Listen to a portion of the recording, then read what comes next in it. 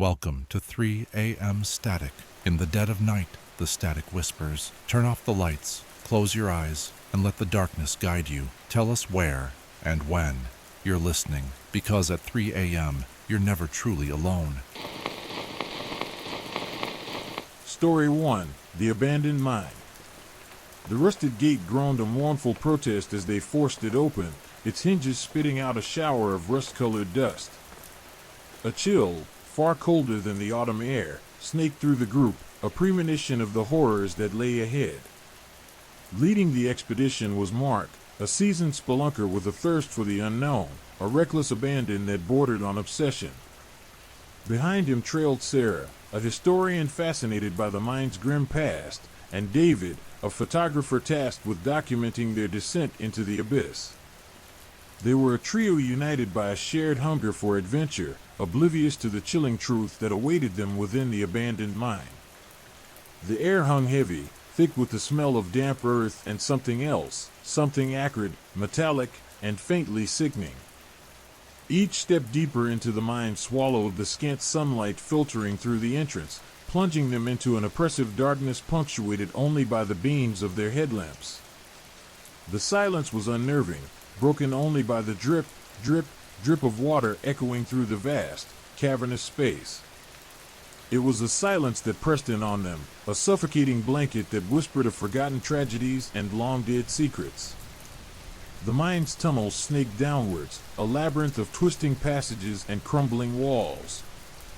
Loose shale and rock crunched under their boots, a constant reminder of the mine's instability. The claustrophobic tunnels squeezed them, fostering a growing sense of unease that tightened with each step. Sarah, her historian's curiosity momentarily overshadowed by the palpable dread, pointed to faded, barely visible markings on the walls, remnants of the miners' graffiti, a testament to lives lived and lost in this forgotten place. The faded inscriptions, barely legible under the beam of her headlamp, seemed to writhe and twist before her eyes, their message lost to time and decay. As they delved deeper, the temperature plummeted. The air grew heavy, a clammy moisture clinging to their skin, their clothes.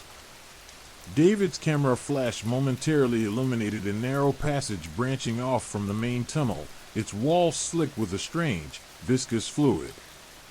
The smell intensified, that acrid metallic tang becoming more pronounced, mingling with a nauseating sweetness that sent a shiver down Sarah's spine. A sense of unease, cold and sharp, pierced the team's initial enthusiasm. They exchanged worried glances, the thrill of exploration replaced by a palpable fear. Mark, ever the pragmatist, pressed onward, his headlamp cutting through the suffocating darkness. He reasoned that the smell was likely emanating from some naturally occurring mineral deposit, though even he couldn't quite shake the feeling that something was terribly wrong. They continued, deeper into the bowels of the earth, their footsteps echoing hollowly in the immense, oppressive silence.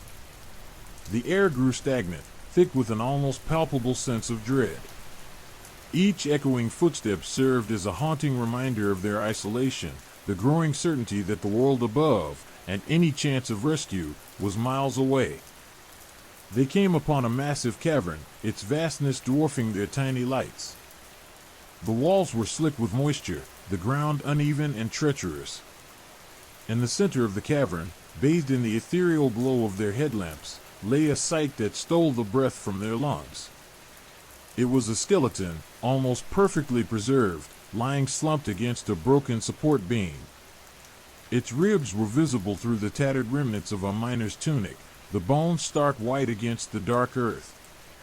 A small, tarnished metal object lay clutched in its bony hand, a simple miner's lamp, its glass shattered, its wick long extinguished. The sight was deeply unsettling, a stark reminder of the mine's tragic past, a chilling testament to the dangers inherent in this forsaken place. The silence returned, heavier now, laden with the weight of death. David, his initial professional detachment shattered, struggled to photograph the scene, his hands trembling. Sarah, her historical interest momentarily eclipsed by the stark reality of death, felt a chilling sense of intimacy with the long-dead miner. His silent presence filled the cavern, his story whispered in the chilling silence of the mine. As they examined the remains, a low moan echoed from the depths of the cavern. The sound was faint at first, almost imperceptible, but it grew in intensity, a mournful wail that seemed to resonate from the very earth itself. A cold dread settled over them, a chilling premonition that they were not alone. The air grew colder, the darkness seeming to deepen, to press in on them from all sides. They turned their lights in every direction, searching for the source of the sound, their hearts pounding in their chests. The moaning continued, growing louder, more insistent, its chilling melody weaving itself into the fabric of the oppressive silence.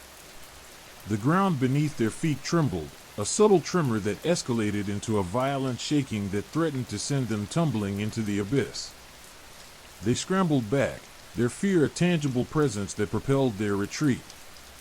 The tremors intensified, rocks and debris raining down from the cavern ceiling. The ground opened up, revealing a gaping chasm that swallowed a section of the cavern floor, accompanied by a deafening roar that echoed the mine's terrifying rage. They barely escaped the collapsing section, the narrow path behind them blocked by a wall of rock and debris. Their escape route was gone. Trapped, surrounded by the crumbling walls and echoing screams of the mine, they huddled together, the light of their headlamps unable to dispel the growing terror. The mine was collapsing around them, its rage fueled by centuries of secrets, of death and despair. The moaning continued, closer now, more menacing. It was not the sound of the earth itself, but something else, something sinister, something undeniably malevolent. The air grew heavy with a suffocating stench, a chilling mix of decay and something akin to the scent of burning flesh. They were trapped, surrounded by the mine's dying breath, the relentless roar of its collapse their death knell. Their adventures had turned into a nightmare, a descent into the heart of darkness, a desperate struggle against the mine's malevolent embrace. The darkness, once an exciting challenge, had become their executioner. The silence, once a mystery to be uncovered, had become the prelude to their demise. Their footsteps, once symbols of discovery, echoed in the spaces that would become their tombs. The abandoned mine was no longer a subject of exploration. It was a tomb, and they were its newest inhabitants. The skeletal remains, chillingly preserved, offered a glimpse into the mine's brutal history. More than just a miner's death, however, it spoke of something more. The small, tarnished lamp clutched in its bony grip held a shard of glass, impossibly sharp, embedded in the metal. It wasn't the result of a cave-in, it was a deliberate, precise break. A closer inspection revealed faint, almost microscopic scratches on the lamp's surface, arranged in a pattern that resembled symbols. Sarah, her expertise in historical artifacts sparked by this discovery, recognized them as ancient runes, their meaning lost to the sands of time, yet their presence undeniably unsettling. David, despite his fear, meticulously photographed the runes, his camera flash illuminating the intricate details. Mark, his initial pragmatism wavering, felt a prickle of unease at the unexpected discovery. These weren't the markings of a simple miner, they were something far more sinister, hinting at a ritual, a sacrifice perhaps, lost to the depths of the mine. The silence of the cavern, heavy with the weight of death, felt even more oppressive, charged with a dark energy that seemed to emanate from the very stones around them.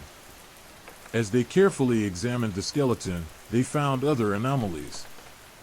The miner's bones weren't simply resting, they were meticulously positioned, arranged in a manner that suggested not death by accident, but rather a deliberate act.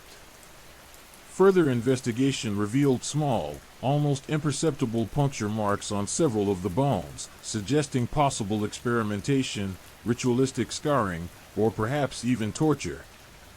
The grim scene was no longer just a miner's death, it was a macabre tableau, hinting at dark secrets and forbidden practices hidden within the mine's forgotten depths. The low moan, which had spurred their retreat, echoed again, closer this time, more insistent. It wasn't a natural sound. It had a disturbingly human quality, a keening wail of agony and despair. The air grew colder still, a wave of icy air washing over them, causing their breath to mist in the beam of their lamps. The metallic tang intensified, now accompanied by an overwhelming scent of decay, so potent it brought tears to their eyes. It was the stench of death, but not simply the death of one man. It was the cumulative stench of countless deaths, the accumulated horror of centuries. Suddenly, the ground beneath them trembled violently, sending loose rocks and dust cascading from the cavern ceiling. They stumbled back, their heartbeats hammering in their ears, the runes on the miner's lamp flashing in David's photos. A fissure opened in the cavern wall, revealing a dark, gaping chasm that seemed to breathe. From within, a guttural growl emanated, a primal sound that spoke of something ancient, something wicked, something beyond their comprehension. They scrambled back further, their retreat hampered by the collapsing debris and the increasingly frantic tremors. The ground groaned and shifted under their feet, the entire cavern seemingly on the verge of collapse. In their haste, Sarah stumbled, catching herself on a protruding rock. As she did, she knocked loose a small, wooden box half buried in the earth. It was intricately carved, depicting strange symbols similar to those on the miner's lamp. Inside, nestled within a bed of dried herbs and leaves, was a leather-bound journal. Its pages were brittle with age, but the script within, penned in a spidery hand, was remarkably well preserved. The journal chronicled the mine's history, but not as they'd imagined it. It wasn't merely a record of mining operations, it was a disturbing account of ritualistic sacrifices, occult practices, and terrifying experiments conducted in the mine's hidden depths. The journal spoke of a secret society, a clandestine group who had used the mine as a place of worship, a nexus of dark energy. They had sought to tap into the Earth's power, to harness its raw, primal force, and the journal revealed accounts of horrifying rituals involving human sacrifice and forbidden magic. The symbols on the miner's lamp and the box, the journal explained, were not simply decorative, they were potent magical sigils, imbued with dark power. The journal detailed the society's horrifying experiments, their attempts to achieve immortality and ultimate power, leading to the mine's downfall. The catastrophic collapse described in the journal's final entries seemed to mirror their current plight, an apocalyptic end to a terrifying chapter in history. The mine's rage, the moaning, the tremors, it wasn't simply geological instability, it was the earth itself rejecting the horrors inflicted upon it. The journal's last entry spoke of a prophecy: when the earth remembers, it will reclaim its own. The chilling words felt terrifyingly prescient as the ground shuddered again, sending another wave of debris crashing down. The moaning intensified, evolving into a chorus of tormented wails echoing throughout the cavern, a symphony of suffering and despair emanating from the mine's shadowed depths. Desperate, they retreated further, each step a battle against the suffocating darkness and the mine's relentless collapse. They were trapped, not just by the rocks and debris, but by the mine's ancient curse, its malevolent energy, its rage at having its secrets unearthed. The ground continued its terrifying tremble, a macabre dance of death and destruction. The darkness pressed in, closing around them, a shroud of fear and impending doom. Their lamps cast dancing shadows on the walls, highlighting the runes, the symbols, a constant reminder of the horrors they had unleashed. The ancient runes seemed to writhe and twist before their eyes, their meanings shifting and evolving like some malevolent entity.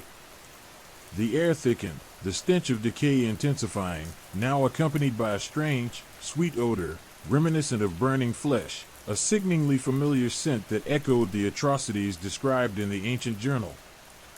The chilling reality settled upon them.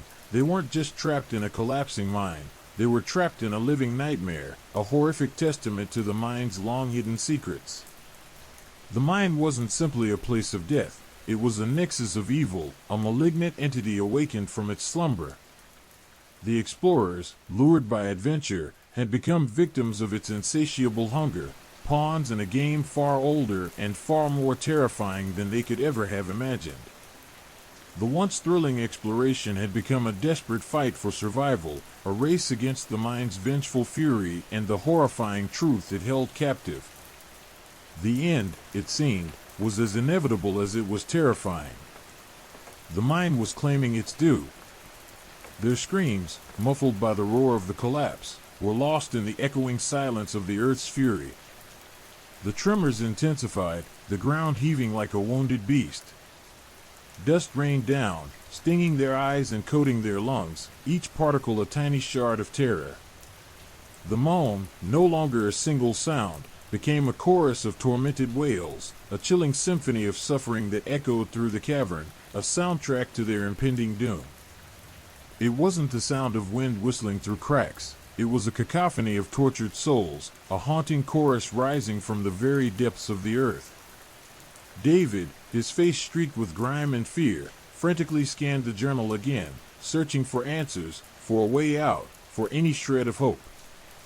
The brittle pages, illuminated by his lamp, seemed to writhe and shift under his trembling fingers, the spidery script blurring before his eyes.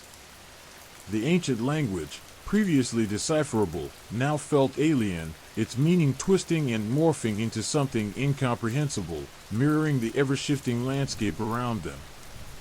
Mark, his usual stoicism shattered, clung to Sarah, his body shaking with a terror that went beyond the physical threat of the collapsing mind. He felt it, a presence, something ancient and malevolent, wrapping around them, squeezing the air from their lungs, choking the life from their very being. It wasn't just a physical pressure, it was a psychic weight, a crushing burden of dread that seemed to press down on their souls. The air itself felt charged, thick with an unnatural energy, a palpable sense of evil that permeated every crevice of the mind. The sweet, sickening odor of burning flesh intensified, a constant, nauseating reminder of the unspeakable horrors that had taken place within these ancient walls. They were not just trapped, they were being hunted, pursued by something unseen, something beyond human comprehension. A guttural growl, far louder and closer than before, ripped through the cacophony of the collapsing mind. The ground shook again, violently this time, sending Mark sprawling. He scrambled to his feet, his eyes wide with a stark, primal fear. From the fissure, a shape began to emerge, a monstrous silhouette writhing against the darkness, its form indistinct but undeniably horrifying. It was immense, vast, and its presence exuded an aura of chilling malevolence. Tendrils of shadow stretched from its form, reaching out towards them, snaking across the ground like venomous serpents. The air crackled with an unnatural energy, the very air seeming to vibrate with its malevolent power. The shape lurched forward, its movements slow and deliberate, yet impossibly fast, its presence blotting out the light from their lamps, plunging them into an even deeper, more terrifying darkness. The sweet, sickening stench of burning flesh grew stronger, overwhelming, as if 1,000 bodies were being consumed all at once. Sarah, clutching the journal tightly to her chest, saw a brief flash of light as the creature moved. In that instant, she saw a glimpse of its true form, a grotesque parody of humanity, a twisted, skeletal frame draped in decaying flesh, its eyes glowing with malevolent intelligence. Its hands, long and clawed, seemed to drip with an oily black substance, and its mouth, a gaping maw filled with needle-sharp teeth, opened in a silent scream. Panic seized them. They turned and fled, stumbling over loose rocks and debris, the creature's shadow stretching behind them, lengthening and growing, relentlessly pursuing them. The tremors grew more violent, the mind's collapse imminent. They were trapped between the creature's unrelenting pursuit and the crushing weight of the collapsing cavern. The air grew thick with the stench of death and decay, the moans intensified, and the ground trembled beneath their feet, each tremor a prelude to their final moments. The runes on the miner's lamp seemed to pulse with an unnatural light, their ancient script shimmering and changing, as if responding to the creature's presence.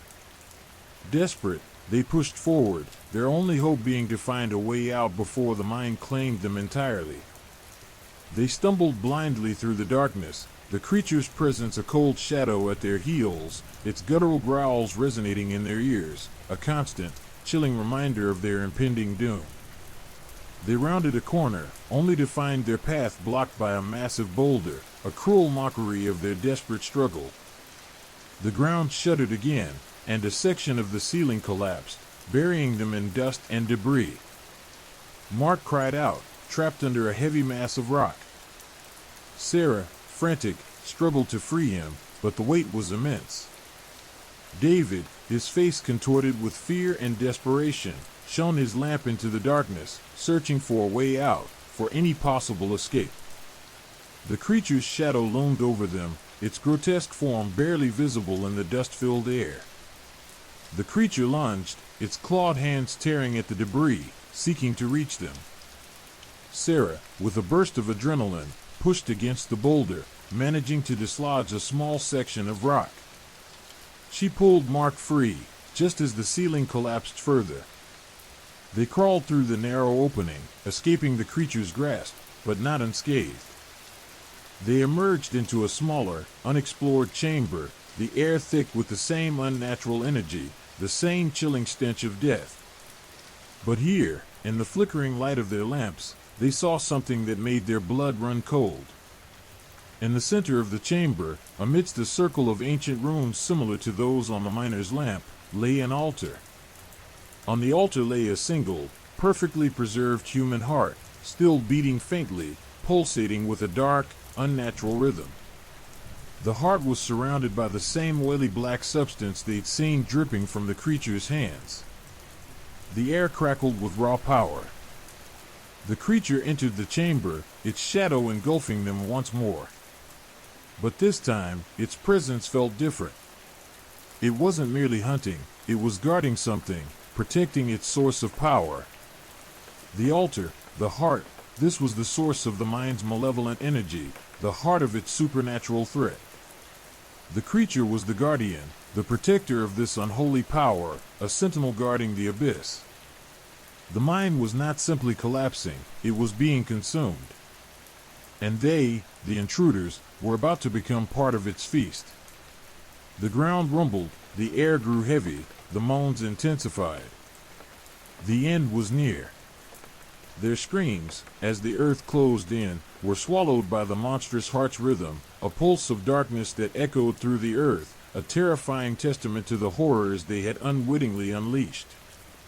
The ancient prophecy, when the earth remembers, it will reclaim its own, had come to pass. The mind was not only claiming its due, it was expanding its claim, its reach into the realm of the living, a chilling omen of what was to come.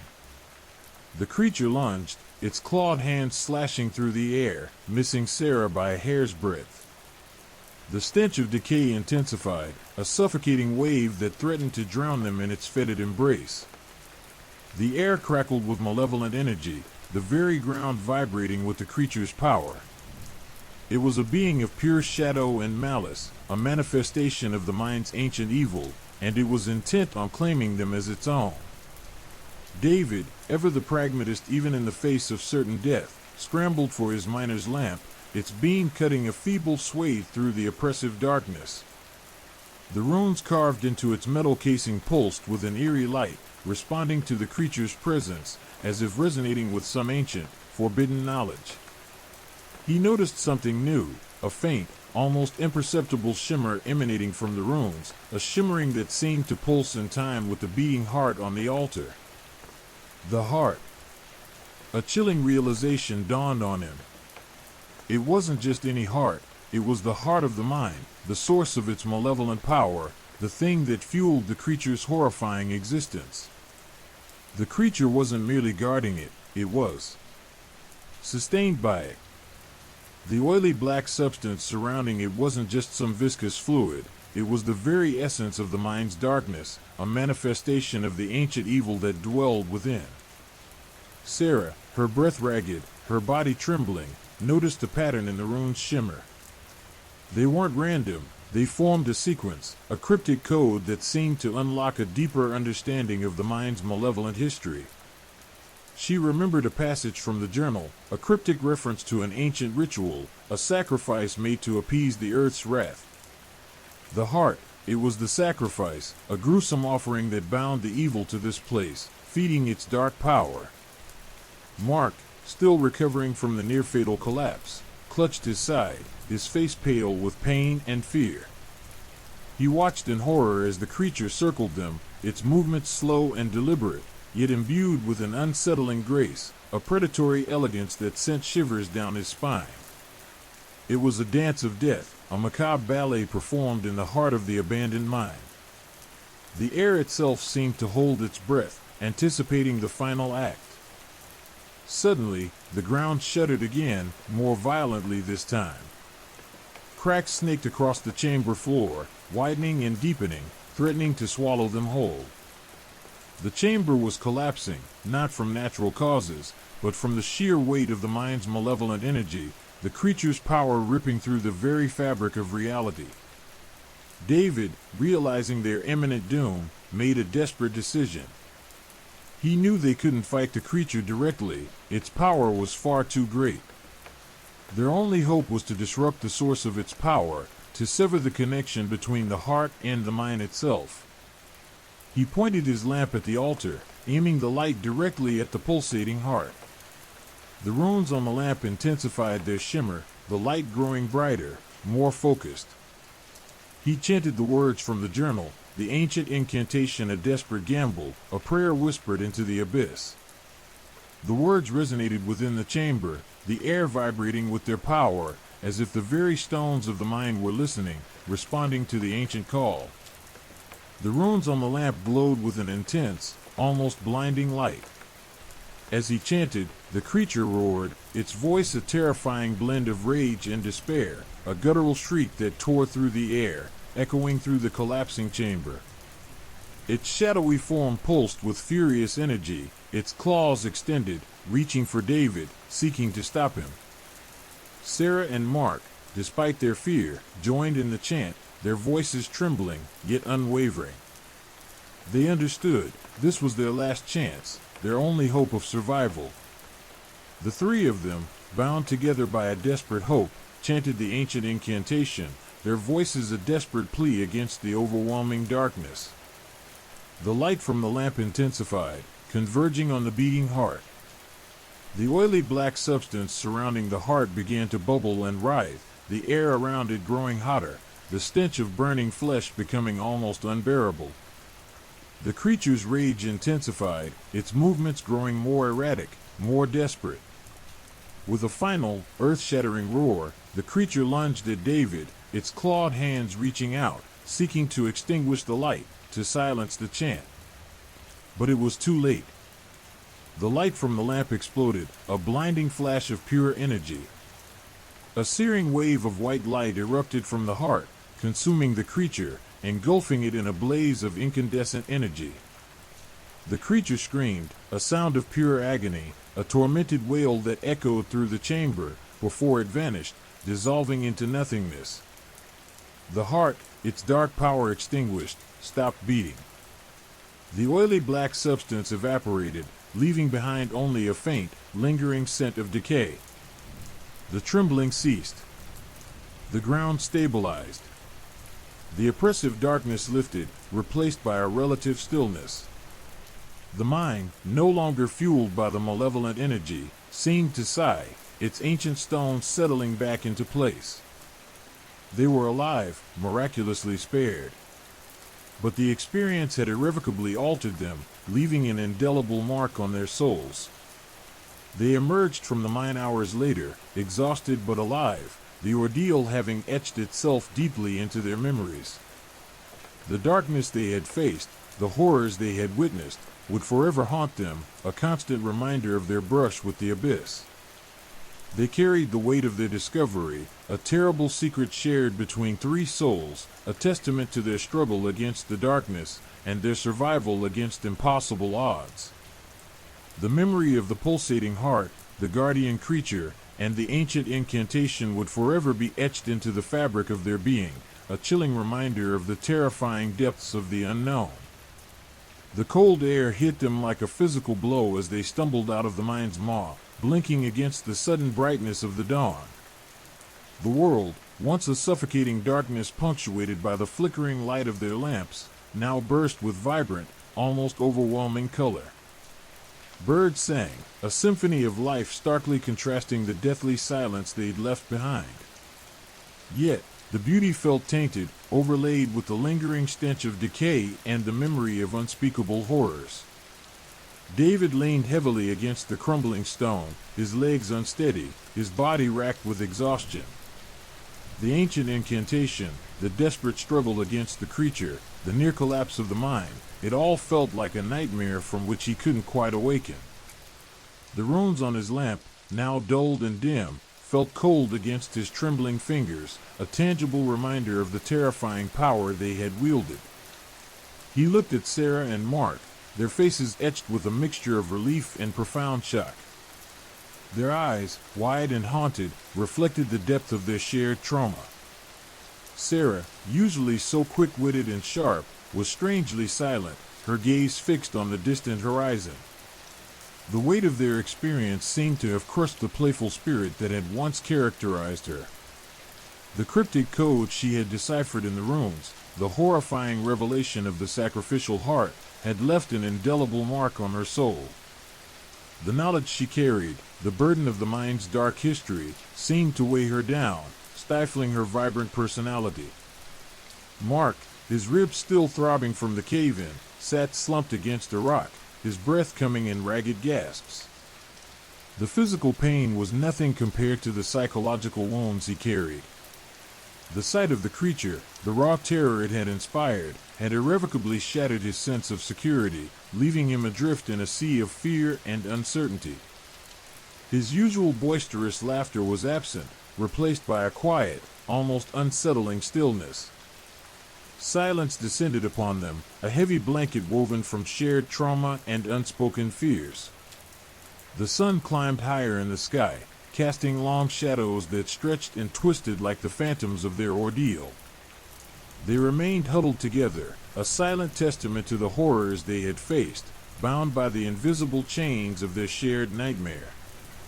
Each of them felt the gnawing weight of the secret they carried, a secret that would forever bind them together, a dark pact forged in the heart of the abandoned mine. The escape had been miraculous, a stroke of luck in the face of overwhelming odds.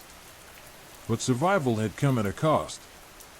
The mine hadn't simply yielded its secrets, it had stolen a piece of their souls, replacing their former selves with fractured versions haunted by shadows and memories. The vibrant colors of the world seemed dulled, their joy replaced by a haunting silence, a constant whisper of the horrors they had witnessed. Days turned into weeks, and the physical wounds healed, but the psychological scars remained, festering deep within their minds. Sleep became a battlefield where the creature's shadowy form stalked their dreams, its chilling presence a constant reminder of their brush with death. The vibrant world around them seemed to hold its breath, the silence punctuated only by their own haunted whispers. The local authorities were initially skeptical of their story.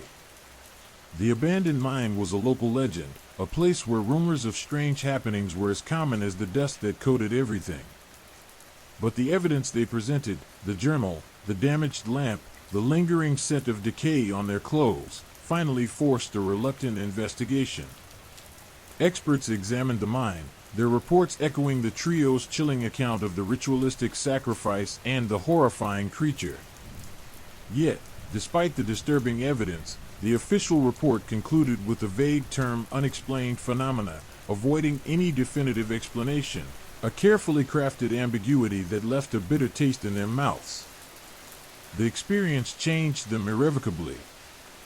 David, once the unflappable leader, found himself consumed by nightmares and plagued by fits of anxiety. Sarah, previously brimming with energy, became withdrawn and introspective, her once sharp mind now clouded by a persistent sense of dread. Mark, the jovial companion, found solace only in the muted comfort of silence, his laughter replaced by a haunting stillness. Their collective silence, as heavy as the air in the abandoned mine, became their shared sanctuary. The world outside the mine continued its relentless march forward, oblivious to the horrors they had witnessed. Yet, for David, Sarah, and Mark, time stood still, frozen in the moment they faced the ancient evil. They lived with the unspoken knowledge of their ordeal, its chilling memory forever etched into the fabric of their being. The silence that now surrounded them was not the quiet peace of nature, but a suffocating blanket of shared trauma and unspoken fears. They tried to move on, to return to their former lives, but the abyss they had glimpsed refused to release its grip. They carried the weight of their discovery, a terrible secret that bound them together, a constant reminder of the unimaginable horrors they had survived. The world, once vibrant and alive, now felt muted, its colors dulled by the shadows that clung to them, their laughter replaced by an uneasy silence. The abandoned mine remained, a silent sentinel guarding its dreadful secrets.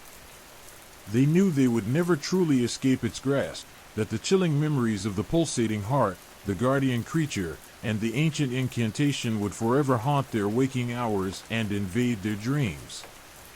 Their ordeal had irrevocably altered their perception of the world, leaving them forever changed, forever bound by the darkness they had faced, and forever marked by their survival against impossible odds.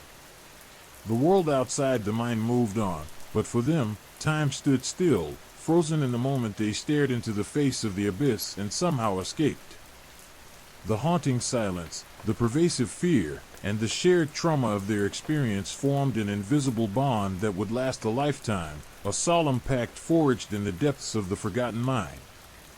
The unanswered questions, the lingering shadows, and the unsettling unease would remain, a testament to their brush with the terrifying unknown, forever shaping their lives in ways they could never have imagined.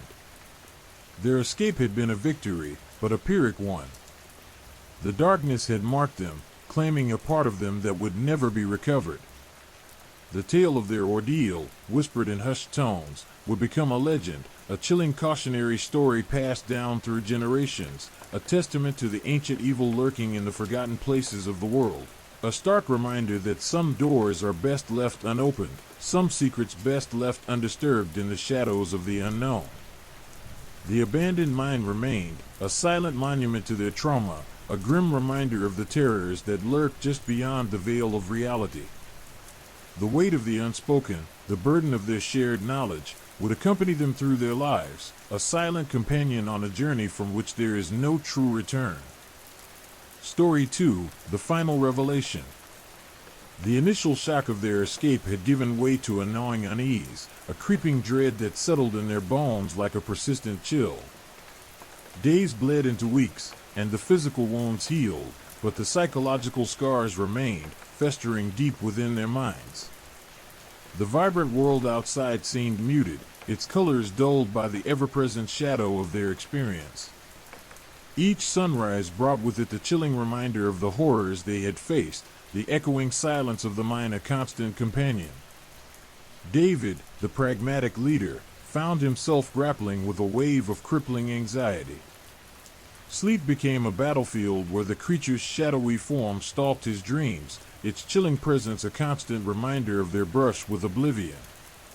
His usually sharp mind was clouded by a persistent sense of dread, his confidence eroded by the sheer incomprehensibility of their ordeal. He found himself constantly revisiting the events, searching for some pattern, some explanation that could alleviate the crushing weight of the unknown. Sarah, once so vibrant and quick-witted, became withdrawn and introspective. The cryptic runes, the horrifying revelation of the ritualistic sacrifice, had etched themselves onto her soul, leaving an indelible mark on her psyche. She spent hours poring over books, researching ancient rituals and forgotten lore, hoping to find some clue, some understanding of the ancient evil they had confronted. The weight of knowledge, once a source of empowerment, now felt like a suffocating burden. Her once sharp mind struggled to process the sheer horror of what they had witnessed, the implications stretching far beyond the confines of the abandoned mine. Mark, once the jovial heart of their group, found solace only in the muted comfort of silence. His boisterous laughter was replaced by a haunting stillness, his eyes reflecting the depth of the trauma he had endured. The physical scars on his ribs served as a constant, painful reminder of the near-fatal cave-in, but the psychological wounds ran far deeper. The image of the creature, its terrifying presence, haunted him relentlessly, invading his dreams and darkening his waking hours. Their individual struggles were compounded by a shared sense of isolation. The local authorities, initially skeptical, had eventually conducted a cursory investigation, ultimately attributing their tale to unexplained phenomena. This official dismissal left them feeling adrift, alone in their knowledge, their shared experience disregarded as the ramblings of overwrought individuals. They carried the weight of their discovery, a terrible secret that bound them together, a constant reminder of the unimaginable horrors they had survived. The world outside remained blissfully unaware, moving on, oblivious to the darkness they had faced. But then, slowly, meticulously, the pieces began to fall into place. David, poring over old maps and local legends, discovered a pattern, a horrifying connection between the abandoned mine and several other unsolved disappearances and murders in the region. He noticed a recurring symbol, a grotesque, almost demonic sigil, appearing in each case, a sigil subtly similar to the runes etched onto their lamp. The more he researched, the more a chilling picture began to emerge. Sarah, driven by her insatiable quest for understanding, unearthed a centuries-old manuscript detailing a clandestine sect, a cult dedicated to an ancient, malevolent entity, whose rituals involved human sacrifice and unspeakable depravity. The manuscript referenced a series of locations, each one connected to the unsolved cases that David had uncovered. The abandoned mine was just one location on a macabre pilgrimage, a stepping stone on the path to a greater, more terrifying evil. Mark, initially withdrawn from the investigation, stumbled upon a forgotten newspaper clipping detailing a similar incident that occurred 100 years prior. The clipping, buried deep within the archives of a local library, recounted the tale of a group of explorers who had vanished without a trace within a forgotten cave system, leaving behind only a single, chilling clue, a fragment of a similarly grotesque sigil, mirroring the symbol discovered by David. The clipping provided the missing link, connecting the disparate incidents in a horrifying, unbroken chain. The three friends, bound together by their shared trauma, came together again, their individual discoveries merging into a terrifying whole. The previously disparate events were not isolated incidents, but carefully orchestrated steps in a long-running, terrifying ritual. The seemingly random disappearances and murders were the work of the same entity, a malevolent being drawing power from human sacrifice, using the sigil as a pathway, a conduit of dark energy. The abandoned mine, it turned out, was only one of many such locations. The horrifying realization settled upon them like a shroud, chilling them to the bone. They were not dealing with a singular incident, but with a centuries-old conspiracy, a malevolent network operating in the shadows, its rituals hidden in plain sight. The cult, their research revealed, was still active, its members operating from within the community, cloaked in anonymity and normalcy. The weight of this discovery was immense. The chilling realization that they were not merely survivors, but now potential targets, intensified their dread. The world they had known, once seemingly safe and predictable, was now shrouded in a suffocating veil of fear and uncertainty. The vibrant colors of life seemed muted, their previous experiences casting a long, menacing shadow over everything. The three of them knew they had a choice to make. They could retreat, bury their knowledge, and live with the haunting memories of the mine. Or they could face the terrifying unknown, and try to bring this ancient evil to light, risking their lives in the process. The silence that had previously bound them together, the shared trauma that had crippled them, suddenly transformed into a potent force, a binding resolve. They looked at each other, a silent promise passing between them, a pact forged not in the darkness of a mine, but in the chilling light of a terrible truth. Their investigation intensified, their quest to expose the cult becoming a desperate race against time. They followed the trail of the sigil, tracing its horrifying presence across the region, their search leading them to secluded locations, forgotten cemeteries, and abandoned buildings, each place resonating with a lingering sense of dread. The closer they got to the truth, the more dangerous their pursuit became. They faced threats, intimidation, and even attempts on their lives. The cult's influence, they learned, extended further than they had imagined, reaching into the higher echelons of power, shielding them from justice. They were up against an ancient, deeply entrenched evil, with the weight of centuries supporting its reign of terror. But their resolve remained unshaken, their combined knowledge and determination driving them forward.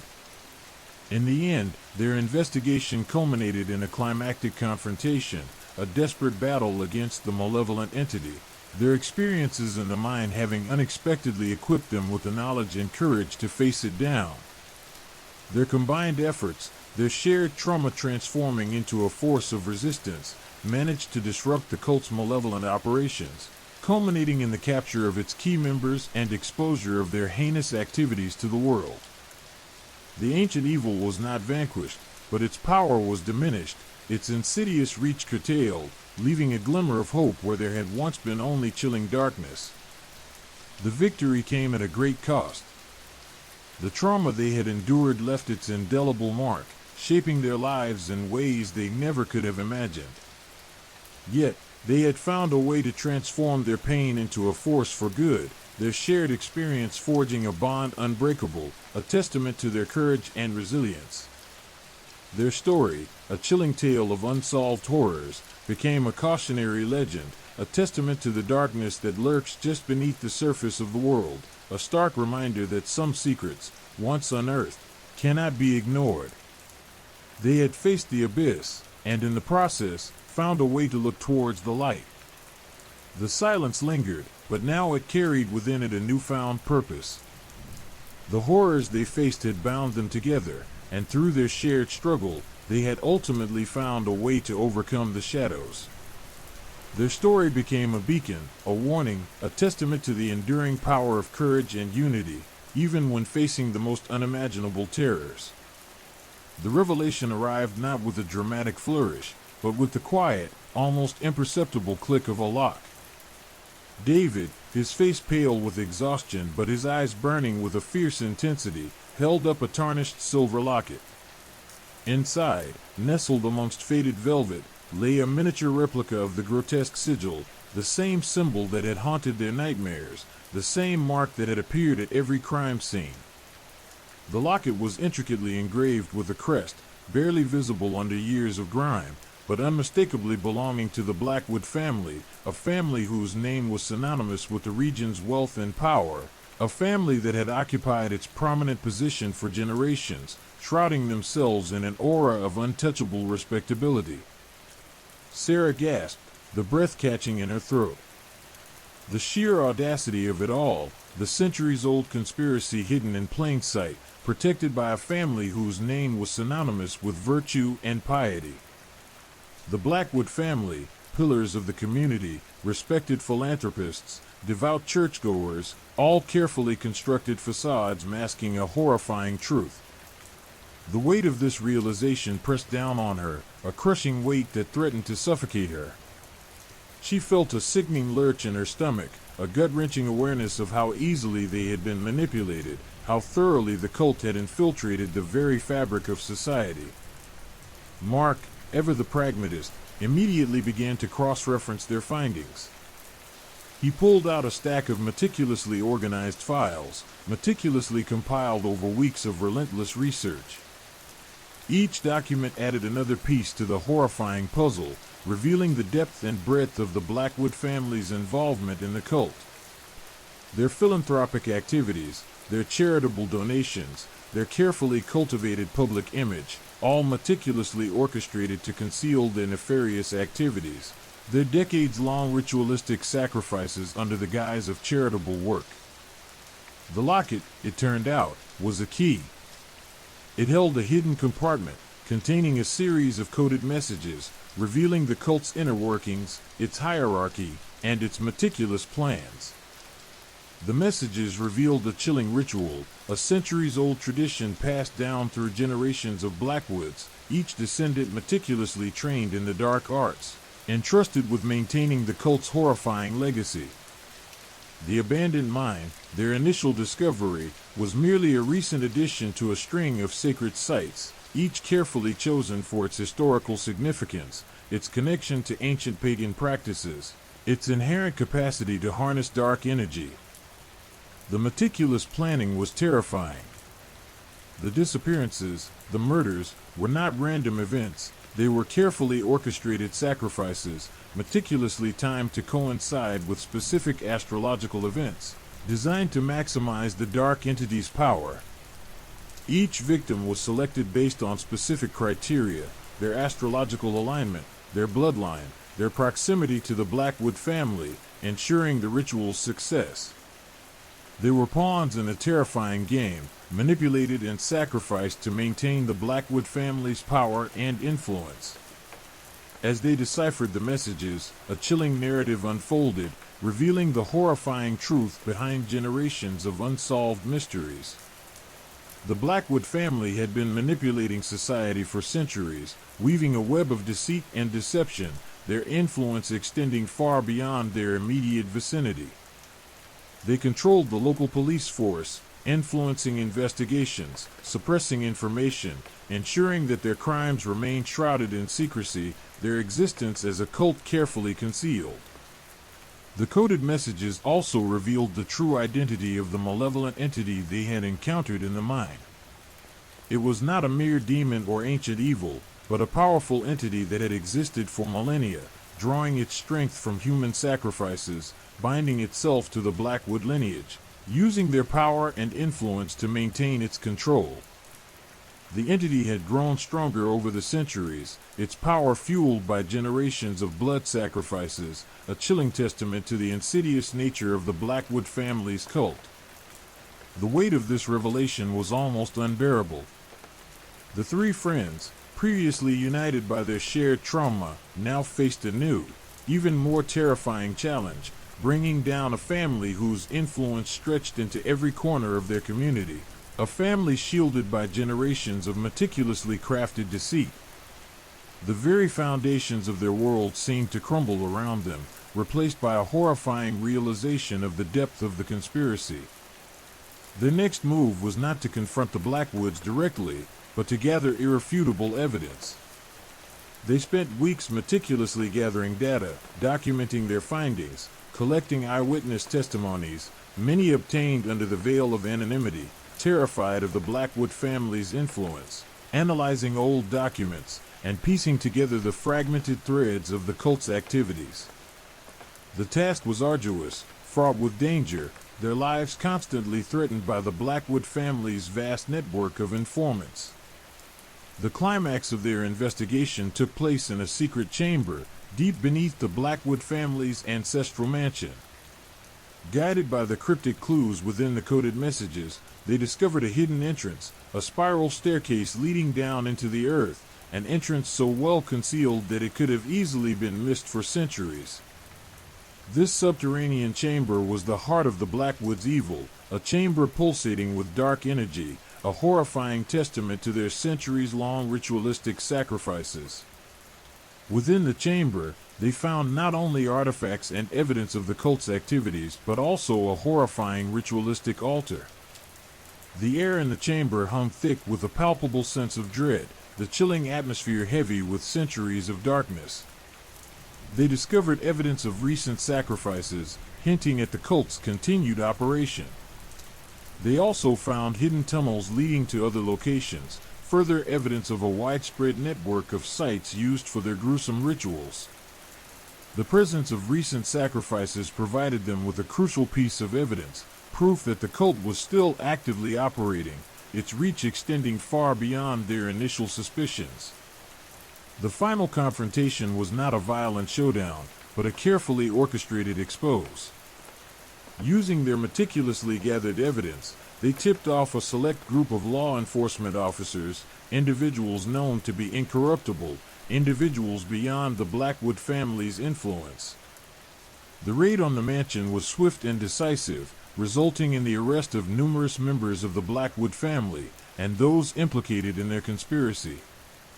The revelation shocked the nation, shattering the illusion of the Blackwoods' respectable image, unveiling the horrifying truth beneath their facade of piety. The trial that followed was a media sensation.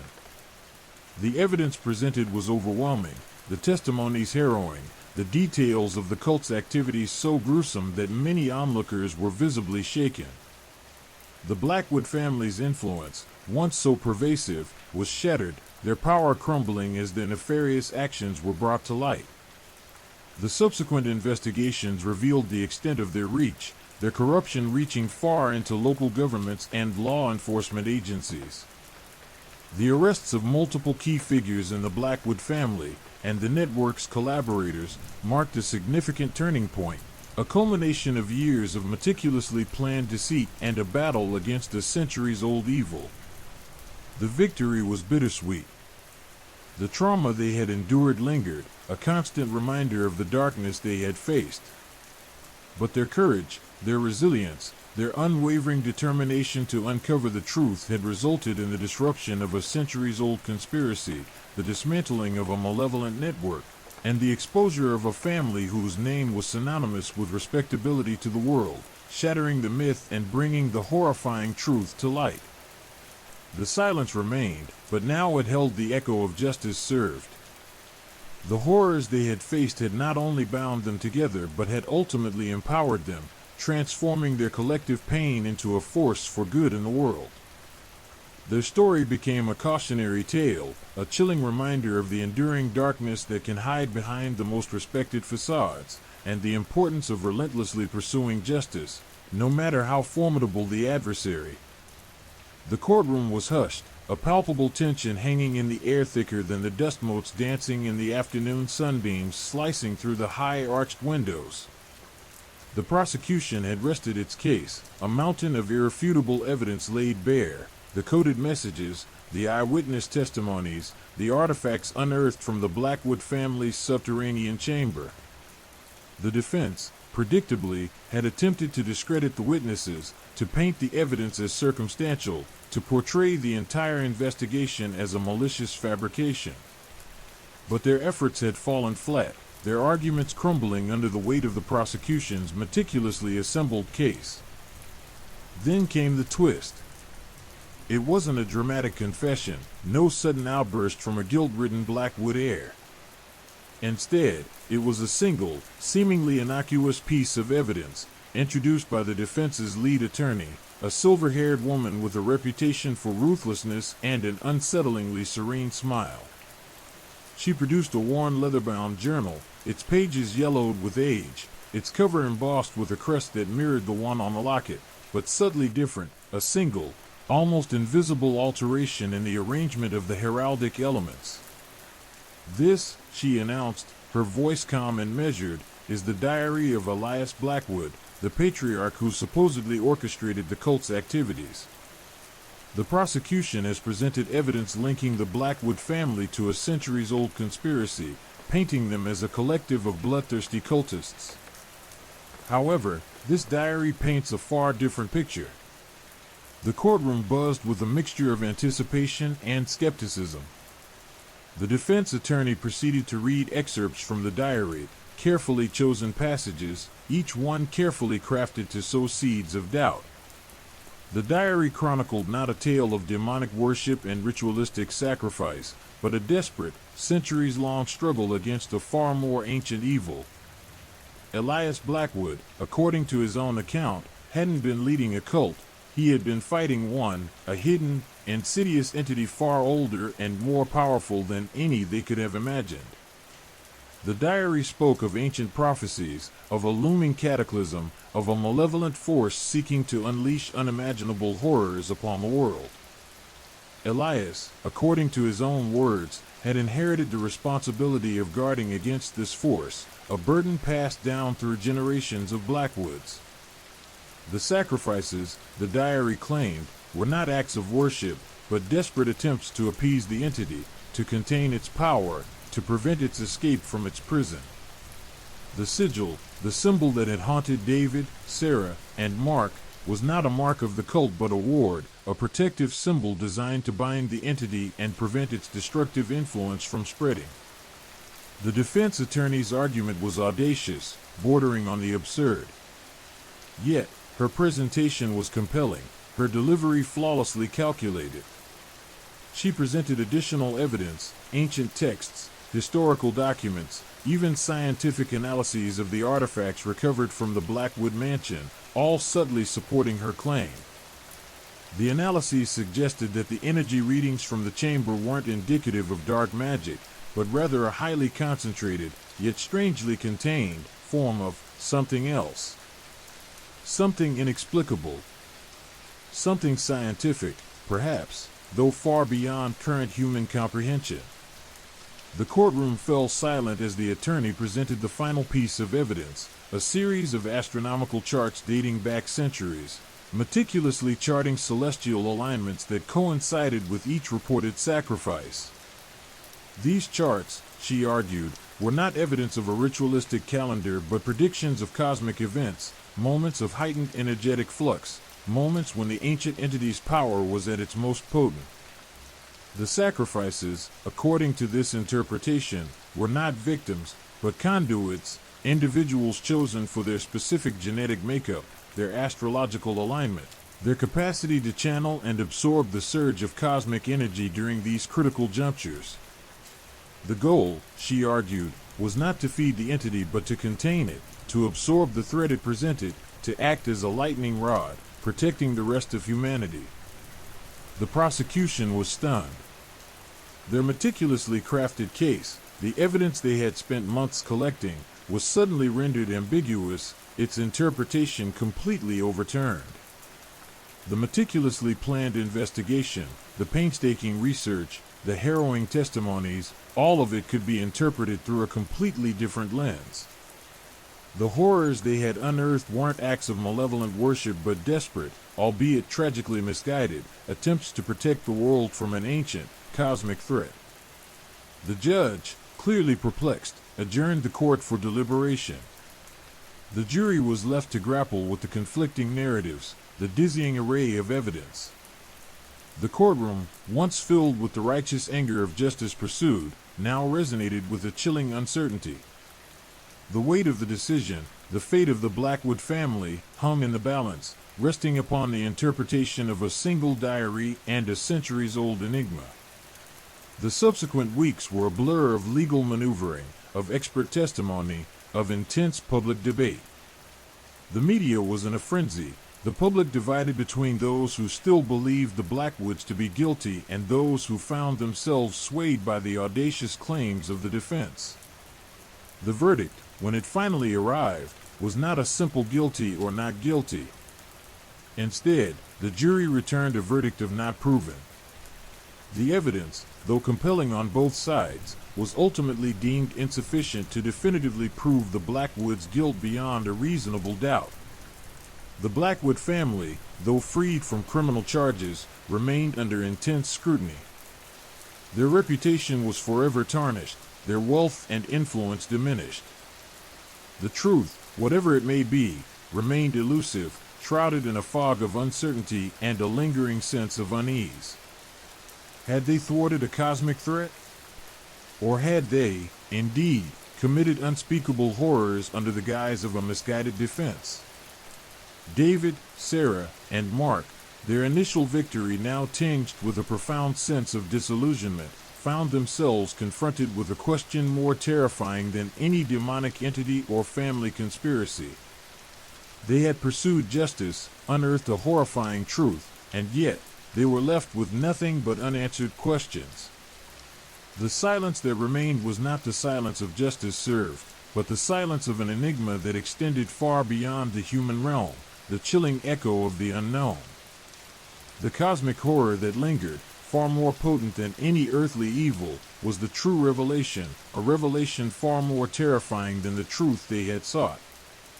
The ending offered no closure, only a profound and unsettling sense of the vast, unknowable mysteries that govern existence, a chilling reminder of the human capacity to create horrifying realities in pursuit of a truth that may forever remain beyond our grasp. And the true horror? It was not in the acts themselves, but in the sheer unknowability of their ultimate meaning. The courtroom doors swung open, and a wave of relieved murmurs rippled through the assembled crowd. The Blackwoods, pale but composed, were led out, their faces etched with a mixture of exhaustion and something akin to triumph. It was a strange victory, hollow and bittersweet, born not of exoneration but of a technicality, a legal loophole. Not guilty, not innocent, but not proven. The words hung in the air, a chilling testament to the limitations of justice, a stark reminder of the mysteries that remain beyond the reach of the law. The media frenzy that followed was deafening. Cable news channels dedicated entire segments to the case, dissecting the verdict, analyzing the evidence, and interviewing experts who offered conflicting interpretations, further fueling the public's confusion and fueling the fires of speculation. The internet exploded with theories, conspiracy discussions, and a renewed interest in ancient prophecies, cosmic events, and the potential existence of entities beyond human comprehension. David, Sarah, and Mark, having initially celebrated their victory, found themselves thrust into the eye of this media hurricane, bombarded with questions they couldn't answer, accusations they couldn't refute. Their initial sense of relief had quickly morphed into something far more complex, a blend of exhaustion, uncertainty, and a deep, lingering unease. The weight of the case, the burden of their discovery, had not lessened with the verdict. Instead, it had taken on a new, more insidious form, a pervasive sense of incompleteness, of ambiguity. The truth, it seemed, remained tantalizingly out of reach, obscured by a fog of half-truths, misinterpreted evidence, and an unsettling awareness of the vast unknown. They retreated to their secluded cabin, seeking refuge from the storm of media attention, seeking solace in the familiar silence of their shared grief. But even the quiet solitude of the woods could not shield them from the echoes of the courtroom, from the haunting implications of the not-proven verdict. The silence, once a comfort, now felt heavy, oppressive, a constant reminder of the mysteries that remained unsolved, the questions that hung unanswered. Days bled into weeks, weeks into months. The public fascination with the Blackwood case gradually waned, replaced by newer, more sensational headlines. But for David, Sarah, and Mark, the case remained an open wound, a festering sore that refused to yield. The diary, the astronomical charts, the scientific analyses, all these pieces of evidence continued to puzzle them, to haunt their dreams, to cast long shadows over their waking hours. The more they analyzed the data, the more they realized the sheer audacity, the breathtaking scope of the defense's claims. They sought out their own experts, independent researchers, scientists, and historians who could offer unbiased analysis of the evidence. Some corroborated the defense's interpretation, suggesting the possibility of a highly advanced, yet currently incomprehensible, form of energy manipulation. Others remained skeptical, pointing to the inherent biases in the original research and highlighting the gaps in the defense's argument. The deeper they delved, the more convoluted the mystery became, the more it spiraled into an enigma that transcended their understanding. The sacrifices, once viewed as gruesome acts of ritualistic murder, began to appear in a completely different light. The victims, they realized, weren't chosen randomly. They all possessed certain genetic markers, specific astrological alignments, unique bioenergetic signatures. These traits, according to some researchers, might have made them ideal conduits for the strange, cosmic energies the Blackwoods had attempted to harness. Was it possible that the Blackwoods, in their misguided attempts to control this ancient, otherworldly entity, had inadvertently saved the world from a cataclysmic event? Or had they simply been instrumental in preventing the release of a force far more terrible than anything they had originally envisioned? The question gnawed at them, a persistent irritant, a relentless source of doubt and anxiety. The legal victory had offered no closure, no sense of resolution. Instead, it had plunged them into a deeper abyss of uncertainty, a realm of cosmic horror far beyond the reach of human comprehension. Justice, in this case, had been served not as a clear-cut verdict, but as a terrifying revelation of the unknown. The finality of a guilty or not guilty would have been a comfort, a release from the mental torment. But the not proven hung in the air, a lingering echo, a reminder of the vastness of the universe, the mysteries that remain beyond our understanding. The true horror, they realized, was not in the acts themselves, but in the unknowability of their ultimate meaning. The Blackwoods, their family legacy steeped in both tragedy and potential heroism, were left to grapple with a truth far more terrifying than any earthly evil. They had sought justice, they had found a strange, twisted sort of resolution, but the echoes of their actions, the weight of their discovery, would continue to resonate in the silence of their lives, in the unending mystery of the universe, and in the vast, unknowable expanse of existence itself. The silence that remained was not the silence of justice served, but the deafening roar of the unknown, a cosmic horror that dwarfed any earthly evil and stretched far beyond their comprehension. The tale of the Blackwoods became a chilling legend, a reminder of the limitations of human understanding in the face of ancient mysteries. It was a cautionary tale of how the pursuit of justice can sometimes unearth truths far more terrifying than the original crimes, truths that stretch beyond the boundaries of the courtroom and into the fathomless depths of the cosmos. Their story served as a grim testament to the power of the unknown, a stark reminder that the most profound horrors are not necessarily found in the darkness of human cruelty, but in the vast, indifferent expanse of the universe and the chilling mysteries that exist beyond our limited comprehension. The case was closed, but the question remained, a haunting echo in the quiet of their nights. What exactly had they prevented? And at what terrible cost? The answer, like the cosmic forces at play, remained forever shrouded in a mystery deeper than any earthly darkness. The justice served was not a simple resolution, it was a profound and unsettling awakening to the boundless, terrifying nature of reality itself. The finality of the not proven verdict hung heavy in the air, a stark contrast to the cacophony of the preceding months. The media circus, having devoured the sensational details of the Blackwood case, had moved on to fresher, more palatable scandals. Yet, for David, Sarah, and Mark, the silence that followed wasn't peaceful, it was deafening, a vacuum filled with unanswered questions that gnawed at their sanity. Their investigation hadn't ended with the courtroom's dismissal. Instead, it had morphed into something more personal, more desperate.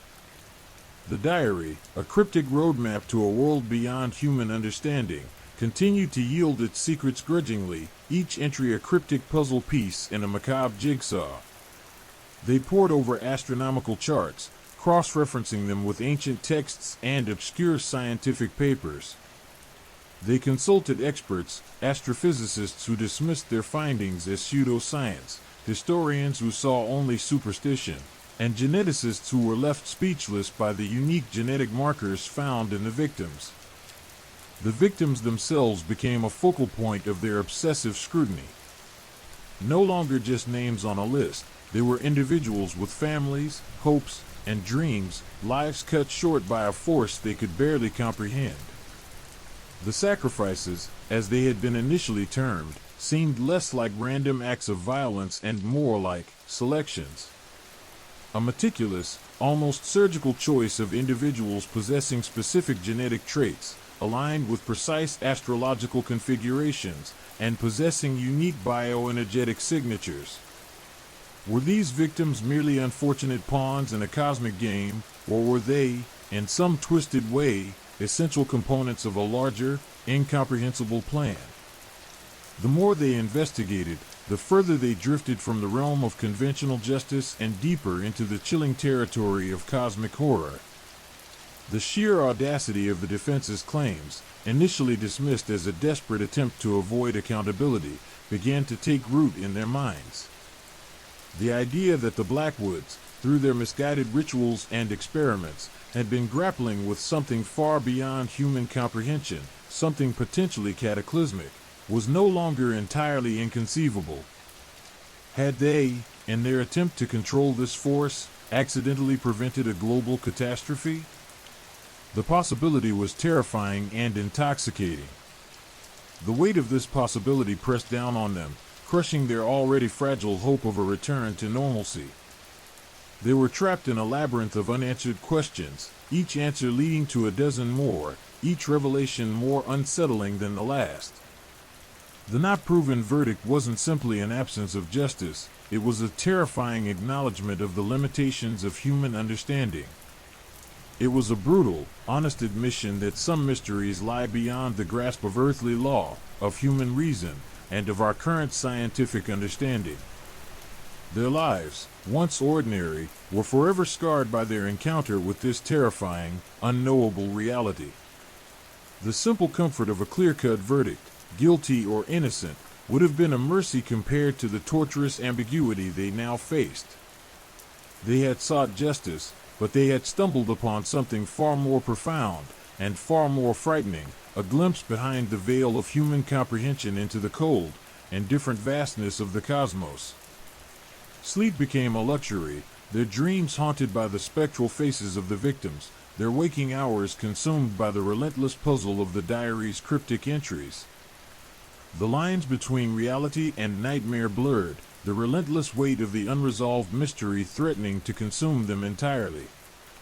They considered seeking professional help, acknowledging the strain their relentless investigation had placed on their mental health.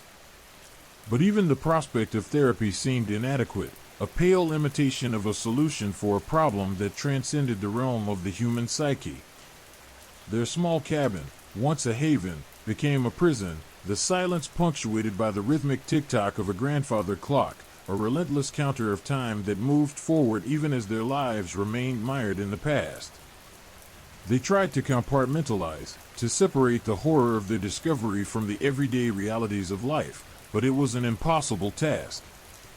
The shadow of the not-proven verdict stretched over every aspect of their lives, a constant, chilling reminder of the incomprehensible forces at play. The lingering questions gnawed at them, feeding a constant cycle of doubt and self-recrimination. Had they done enough? Could they have prevented the deaths? Was their pursuit of justice ultimately a futile attempt to impose order on chaos, a clumsy imposition of human understanding onto something fundamentally beyond their grasp? The horror of the situation transcended simple guilt or innocence. They had faced a cosmic horror that dwarfed the scope of human justice. The story of the Blackwoods became a cautionary tale, a chilling whisper passed among those who delved into the darker corners of the world. It was a parable about the limits of human understanding, about the hubris of seeking to control forces beyond our comprehension, and about the horrifying reality that sometimes the most profound answers are also the most terrifying unknowns. Their search for justice had unearthed not only the truth but also the chilling awareness that some truths are better left undisturbed, that some mysteries should remain buried in the shadows. In the end, the case was closed, yet the questions remained, open wounds bleeding into the fabric of their lives. What had they actually averted? What terrible price had they paid, and what terrible price might yet be paid in the future? The answers remained elusive, lost somewhere in the swirling vortex of the cosmic unknown, a chilling echo of a mystery far greater and more terrifying than they could have ever imagined. Their story serves as a stark warning. Some doors are better left unopened, and some truths are more terrifying than any fiction. The silence that settled over them was not the quiet of resolution but the unsettling hush of the unknown, a chilling testament to the vast, unfathomable universe and the terrifying secrets it holds. The true horror, the final revelation, was not what they had uncovered, but what remained forever hidden, beyond the reach of human comprehension. The cosmic horror lingered, a chilling shadow across their lives, forever shaping their understanding of the universe and their place within it. And in the chilling quiet that followed, the question lingered, was there ever truly justice, or only the chilling truth of the vast unknown? Story 3, The Whispering Basement. The chill that snaked through Elias Thorne's bones had nothing to do with the autumn wind whistling through the broken panes of St. Jude's abandoned church. It was a deeper, more visceral cold, a tremor in the very earth beneath his feet. He'd been researching the church's history for months, poring over dusty parish records, interviewing the town's oldest residents. All whispers and half-remembered tales of a community fractured by a tragedy no one dared to speak of directly. His quest, initially an academic exercise, had morphed into something far more unsettling. He'd discovered a discrepancy in the church's blueprints, a missing section, a void in the architectural record that didn't match the physical structure. Armed with a flashlight and a growing unease, Elias had located the hidden entrance, a loose stone in the wall, concealed behind a decades-old tapestry depicting a disturbingly gaunt saint. Behind the stone, a rickety wooden staircase descended into darkness, a suffocating silence pressing against him. The air hung heavy, thick with the smell of damp earth and something else, something acrid, something faintly metallic. The descent was treacherous, each step groaning under his weight like a protest against his intrusion. The air grew colder, the darkness deeper, until his flashlight beam was the only beacon in an absolute void. At the bottom of the stairs, he found himself in a vast, echoing basement. The space was enormous, far larger than any structure above ground could possibly accommodate. The air hung thick with the scent of decay and dust, a chilling silence punctuated only by the drip, drip, drip of water from an unseen source. It was a silence that somehow felt more oppressive than the most thunderous noise. The walls were bare stone, damp and cold, the surface slick with age and moisture. Elias ran his hand along the rough texture, feeling the gritty residue of centuries. In the center of the room, his flashlight beam caught on a pattern etched into the floor, a series of symbols, intricate and unsettling. They weren't anything he recognized from any known language or religious iconography. They were strange, alien, disturbingly beautiful in their complexity. A knot of dread tightened in his stomach. This wasn't just an architectural anomaly, this was something else entirely. Something ancient. Something sinister. He moved closer, his heart hammering against his ribs. The symbols were repeated several times, forming a larger, more intricate pattern. As he examined them closer, a low humming sound began to emanate from the floor, a subtle vibration that resonated through his very bones. It was barely audible, almost a phantom sound, yet it held a terrifying power, a subtle suggestion of something just beyond the threshold of human perception. As he knelt to examine the symbols more closely, a faint whisper seemed to brush against his ear, a sibilant sound, utterly unintelligible, yet filled with a chilling sense of malevolence. He stood, whirling around, searching for the source, but the vast emptiness of the basement offered no answer. Only the persistent drip, drip, drip of the water and the low hum of the floor remained. He felt a prickling sensation on his skin, a sense of being watched, of being observed by something unseen, something lurking just beyond the periphery of his vision. The feeling of unease intensified as he continued his exploration. He discovered other strange artifacts scattered throughout the basement, fragments of pottery, tarnished silver objects, and small, intricately carved bone figurines. One piece, a particularly ornate silver chalice, bore the same unsettling symbols he'd seen etched into the floor. The chalice was cold to the touch, and as he held it, a wave of nausea washed over him. He dropped it back onto the dusty floor with a clatter, his heart racing. He felt as though he was trespassing upon something sacred, something profoundly wrong. Days bled into weeks as Elias immersed himself in the deciphering of the strange symbols. He consulted experts in linguistics, archaeology, and religious history, but none could shed any light on their meaning. Frustration gave way to a morbid fascination. He spent countless hours poring over ancient texts, searching for clues, for any hint of an explanation. He discovered fragments of information, whispers of a forgotten cult, a sect that worshipped a dark god, a being of immense power and unimaginable cruelty.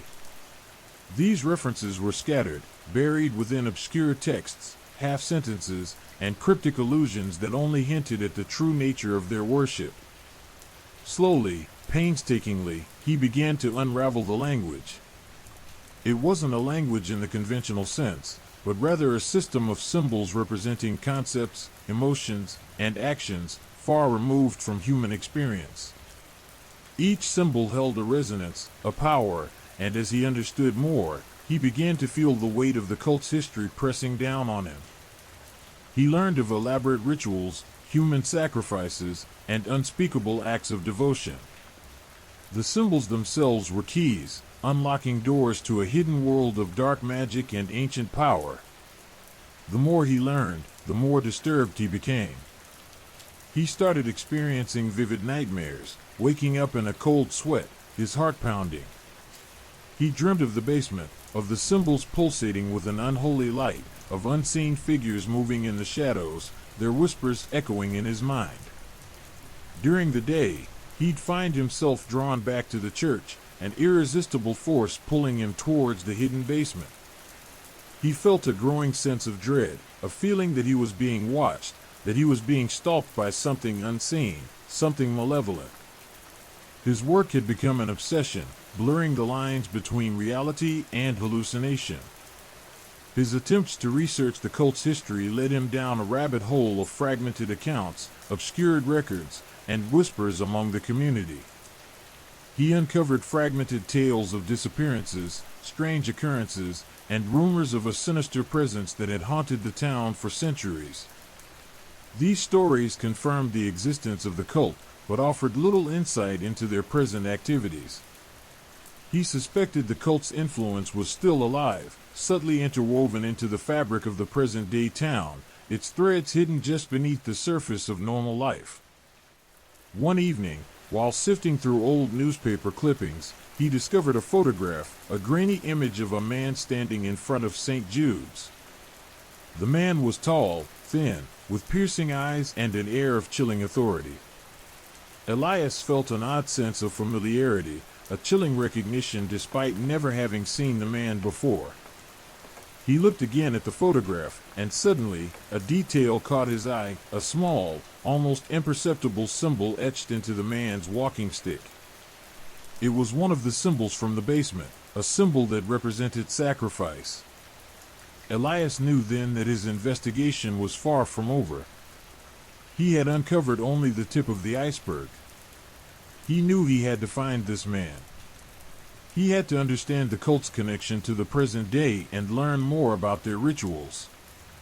But as he stood there, holding the photograph, a chilling feeling swept over him.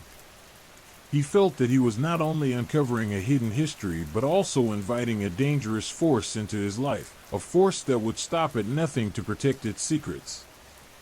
He knew, with a growing certainty, that his discovery of the whispering basement had brought him face to face with something far more terrifying than he could have ever imagined.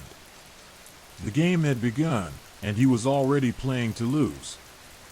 The revelation came not in a flash of insight, but in a slow, agonizing unraveling. Days bled into weeks, then months, as Elias immersed himself in the alien script. He'd initially believed it to be a language, but soon realized it was something far more profound, a symbolic system that transcended the limitations of human speech. Each symbol pulsed with a dark energy, a resonance that vibrated not just on paper, but within Elias himself. He found himself increasingly drawn to the symbols, unable to tear himself away from their hypnotic allure. He started with the simplest forms, painstakingly comparing their variations in size, position, and context within the larger patterns etched into the basement floor.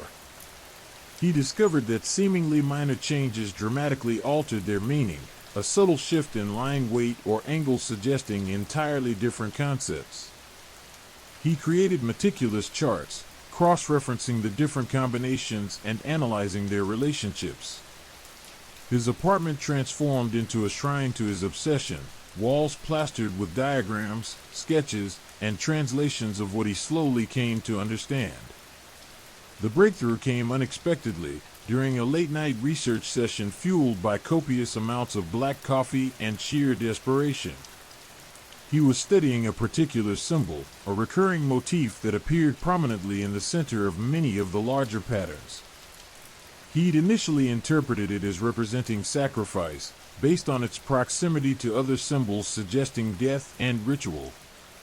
But as he examined it more closely, under the harsh glare of his desk lamp, he noticed a subtle detail, a small, almost imperceptible line that had previously gone unnoticed.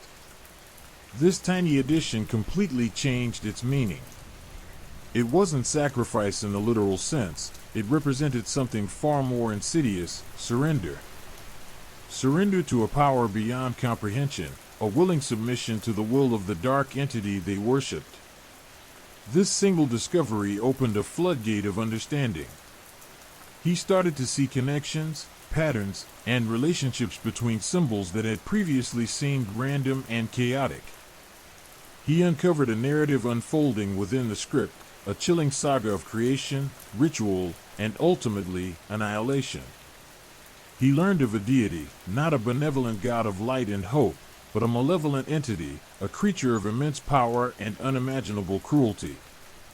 This being, the cult's central object of worship, was depicted not as a singular entity, but as a force of nature itself, a primal, chaotic energy that existed outside of the boundaries of human comprehension. The cult's rituals were meticulously detailed in the symbols. Elias learned of elaborate ceremonies involving human sacrifice, not as an act of appeasement, but as a means of accessing this deity's power. The victims weren't simply killed, they were offered, their very essence consumed by the deity. The symbols depicted scenes of unimaginable horror, detailed accounts of torture, ritualistic mutilation, and unspeakable acts of devotion. Elias would often find himself physically ill, his stomach churning, as he deciphered these macabre narratives. He would stare blankly at his computer screen, numb and shocked by the depth of depravity he was uncovering. The language also provided glimpses into the cult's history. It wasn't a new sect, it was ancient, its origins lost in the mists of time. Its members were not fanatics or lunatics, but individuals from all walks of life, united by a shared fascination with the dark entity and a willingness to submit to its power. Their beliefs were a twisted blend of ancient paganism and dark magic, a potent cocktail of primal fear and desperate yearning for transcendence. Their rituals, once hidden in the shadows, were designed to manipulate the very fabric of reality, to tear a hole in the veil separating the mortal realm from the realms beyond. The further he delved, the more unsettling the discoveries became. He discovered that the symbols weren't merely a record of past events, they were active, possessing a strange power that seemed to interact with his subconscious. He began to experience vivid hallucinations, seeing the symbols pulsating with a malevolent light, hearing whispers in his mind, and feeling the chilling presence of unseen entities. His nightmares intensified, each more terrifying than the last, the boundary between reality and dream becoming increasingly blurred. Elias found himself haunted by visions of the basement, the symbols glowing with an unholy light. He would see distorted figures moving within the shadows, their forms shifting and indistinct, their whispers echoing in his mind, threatening to overwhelm his sanity. The whispers were no longer faint, almost imperceptible sounds. They were a chorus of voices, all murmuring in unison, a cacophony of incomprehensible sounds that seemed to burrow themselves into his mind. The sounds were unlike any human language, a series of hisses, clicks, and growls that somehow conveyed a sense of ancient malevolence, a vast, unfathomable horror. His physical health deteriorated. He lost weight, suffered from insomnia, and experienced debilitating headaches. His once sharp mind became clouded, his thoughts fragmented, his memory unreliable. He'd spend hours staring at the walls of his apartment, paralyzed by fear and unable to shake the pervasive sense of being watched, the feeling of being stalked by unseen entities. He found himself constantly checking his reflection, expecting to see some grotesque distortion of his own face, a sign that the entities were somehow manifesting in his very being. His research, initially an academic pursuit, had consumed him entirely. He had become a vessel, a conduit for the ancient power he'd unearthed. He realized that deciphering the symbols was not just an intellectual exercise, it was an act of summoning, a ritualistic invocation of forces beyond his control. The symbols held a power he was only beginning to understand, a power that had started to consume him, and he knew he was merely a pawn in a much larger game. The whispers, once subtle, had grown into a constant, maddening barrage that echoed in his head, a cacophony of unseen voices vying for his attention. He felt a growing conviction that this was not simply a study of a cult, he had become an unwitting participant in a centuries-old conflict between the mortal world and something far beyond it. The ancient darkness he touched was now reaching out for him, seeking to claim him as its own. And he knew, with a dread so profound it threatened to shatter his very being, that escape was no longer an option. The game, he realized with a chilling certainty, was far from over. The nightmares began subtly, a faint tremor in the edges of sleep, a fleeting image of twisting, serpentine symbols etched into the cold, damp stone of the basement floor. At first, they were easily dismissed as the byproduct of his obsessive research, the lingering residue of days spent poring over the alien script. But as weeks bled into months, the nightmares intensified, morphing from fleeting glimpses into fully realized terrors. He would find himself submerged in a suffocating darkness, the air thick with the stench of damp earth and decaying flesh. The symbols, now monstrously large and pulsating with an unnatural light, would writhe and twist before his eyes, their meaning mockingly elusive. The visions followed a similar pattern. Initially, they were fleeting hallucinations, a flicker of movement in his peripheral vision, a whisper on the wind. But they grew in intensity, becoming as real as any waking experience. He would see distorted figures moving in the shadows of his apartment, their forms shifting and indistinct, their movements jerky and unnatural. Their faces were obscured by darkness, but he could sense their malevolent intent, their hungry gaze fixed upon him. He would hear their whispers, a chorus of guttural sounds that seemed to vibrate deep within his bones, a symphony of dread that chilled him to the marrow. The whispers were a particular torment. At first, faint and barely perceptible, they insinuated themselves into the quiet moments, the silences between thoughts, a subliminal hum that gnawed at the edges of his sanity. They were not words in any language he recognized, more like a series of hisses, clicks, and guttural growls, each sound laden with ancient malice. As time wore on, the whispers became a constant, maddening barrage, a cacophony that drowned out his thoughts and filled him with a terrifying sense of foreboding. They seemed to emanate not just from the basement, but from everywhere, an omnipresent presence that threatened to engulf him entirely. Elias's attempts to rationalize these experiences proved futile. He knew the symbols, the history of the cult, the rituals, yet the nightmares and visions remained stubbornly impervious to logic. They were not simple responses to his research, they were a direct intrusion into his reality, a manifestation of the dark energy he had unearthed. He began to document these experiences, meticulously recording every detail, every chilling sensation, every incomprehensible whisper. His notebooks filled with frantic scrawls, a testament to his descent into madness. The descriptions became increasingly vivid, bordering on the surreal. He wrote of grotesque figures emerging from the walls, their skin melting and reforming, their limbs contorting into unnatural angles.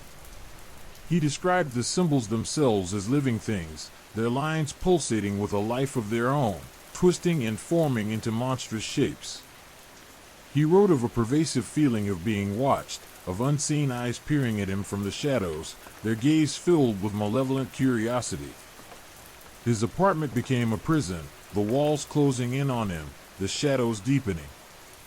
He found himself avoiding mirrors, terrified of what he might see, a reflection of the insidious entity working its way into his body, twisting his features into something monstrous.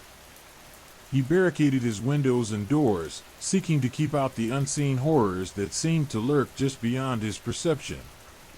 He slept with the lights on, though sleep offered little respite, only a deeper plunge into the terrifying world of his nightmares. The daytime offered little relief. The unsettling visions continued, blurring the lines between reality and illusion. He would be in the middle of writing, meticulously translating a passage of the alien script, when a vision would strike, freezing him in place, his heart pounding in his chest. He'd see a fleeting glimpse of the basement, the symbols glowing with an infernal light, figures moving in the shadows, their whispers echoing in his mind. Then, as suddenly as they had appeared, the visions would vanish, leaving him trembling and breathless, unsure if he had truly experienced anything or had merely succumbed to the effects of sleep deprivation and stress. Sleep deprivation became a constant companion. His nights were filled with terror, his days with exhaustion. His body began to show the strain.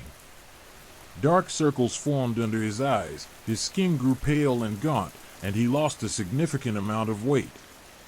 His once meticulous appearance became disheveled, reflecting the turmoil within.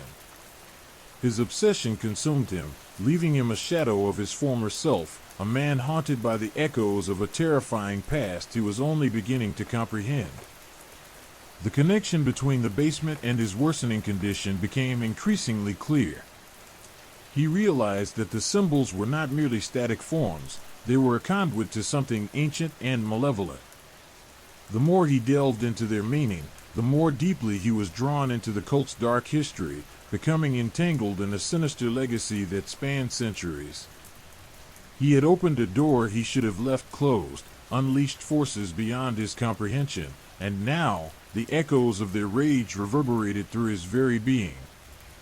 He tried to stop his research, to distance himself from the symbols, but the pull was too strong. The whispers continued, the visions persisted, and the nightmares intensified. He was trapped in a horrifying cycle, his sanity fraying at the edges, the ancient darkness he had unearthed slowly consuming him. He was not just a historian studying a forgotten cult, he was a participant, a pawn in a terrifying game played on the edge of reality, where the boundaries between past, present, and the chilling unknown were blurred beyond recognition. And as he drifted further into the abyss, he knew, with a certainty that chilled him to the bone, that the game was far from over. The basement, with its secrets still largely unrevealed, held him captive in its terrifying embrace. The whispers promised something far worse than madness, they promised oblivion. The library's dusty archives became his sanctuary, a refuge from the encroaching darkness that haunted his waking hours. He spent weeks immersed in the yellowed pages of forgotten tomes, deciphering faded ink and crumbling parchment, piecing together the fragmented history of the cult that had claimed his nights and days. The records were sparse, scattered across centuries, hinting at a horrifying truth that unfolded in fits and starts. He unearthed fragmented accounts of ritualistic sacrifices, cryptic descriptions of ceremonies performed under the pale light of the moon, and unsettling allusions to beings far older than humanity itself. One particularly disturbing account detailed a series of disappearances in a small village nestled deep within the Appalachian Mountains during the late 18th century. The villagers, devout and simple, spoke of a darkness that descended upon their community, a shadow that whispered promises of power and immortality. Their accounts painted a grim picture of elaborate rituals, the sacrifice of young men and women, their bodies drained of life, their essence offered to a nameless entity dwelling in the earth. The records ended abruptly, the final entry a frantic scrawl detailing the village's complete annihilation, swallowed by the earth, leaving behind only whispers and a lingering sense of dread. Another record, a collection of diaries belonging to a disgraced clergyman from the 19th century, chronicled the clergyman's desperate attempts to understand and, perhaps, even thwart the cult's activities. The entries were erratic, filled with increasing paranoia and despair as the clergyman delved deeper into the cult's mysteries. He described the symbols Elias had encountered, noting their unsettling resemblance to glyphs found on ancient Sumerian tablets. He speculated about their power, suggesting that they acted as a conduit, opening a gateway between worlds, allowing the passage of entities that defied human comprehension. He wrote of a terrifying encounter in a hidden chamber, a place where he witnessed a grotesque ritual, a sacrifice performed under the watchful gaze of beings that seemed to exist in both the physical and spiritual realms. He noted their horrifying appearance. Their bodies were described as being both human and monstrous, with features that shifted and changed, their forms fluctuating between the discernible and the nightmarish. The diary concluded with a desperate plea for forgiveness and a chilling note: "The whispers have begun." Elias found corroborating evidence in the local historical society's archives, discovering ancient maps detailing forgotten underground passages and hidden chambers. One map, drawn in faded ink, indicated a network of tunnels connecting several seemingly unrelated locations, suggesting a vast, clandestine network stretching across the region. He noted the recurring symbols, etched into the margins of the maps, their presence a chilling confirmation of his suspicions. The maps themselves appeared ancient, predating the established records of the cult, suggesting a far deeper and older history than he had initially imagined. The further he delved into his research, the more unsettling the findings became. He discovered evidence suggesting that the cult was not merely a collection of individuals engaged in ritualistic practices. It was a deeply entrenched structure. Its roots burrowed deeply into the fabric of society, its tendrils extending far beyond the confines of any specific region or time period. He found traces of their influence in seemingly unrelated historical events, whispers of their presence in the highest echelons of power. The fragmented accounts painted a chilling picture, hinting at the cult's long-standing influence over political and religious institutions. He discovered documents detailing alleged compromises, hinting at how the cult had managed to conceal itself through centuries of carefully orchestrated infiltration and manipulation. The documents suggested that the cult's influence extended into academia, finance, and even the military. Their control, it seemed, was not achieved through brute force but through cunning manipulation and subtle coercion. Those who stood against them met with misfortune, their lives cut short, their deaths often shrouded in mystery and attributed to chance or natural causes. His research led him to a secluded, crumbling estate on the outskirts of town. Local legends spoke of dark rituals performed within its walls, of unspeakable horrors witnessed by those who dared venture too close. The estate had been abandoned for decades, its grounds overgrown with weeds and its windows boarded up, a testament to the fear it inspired.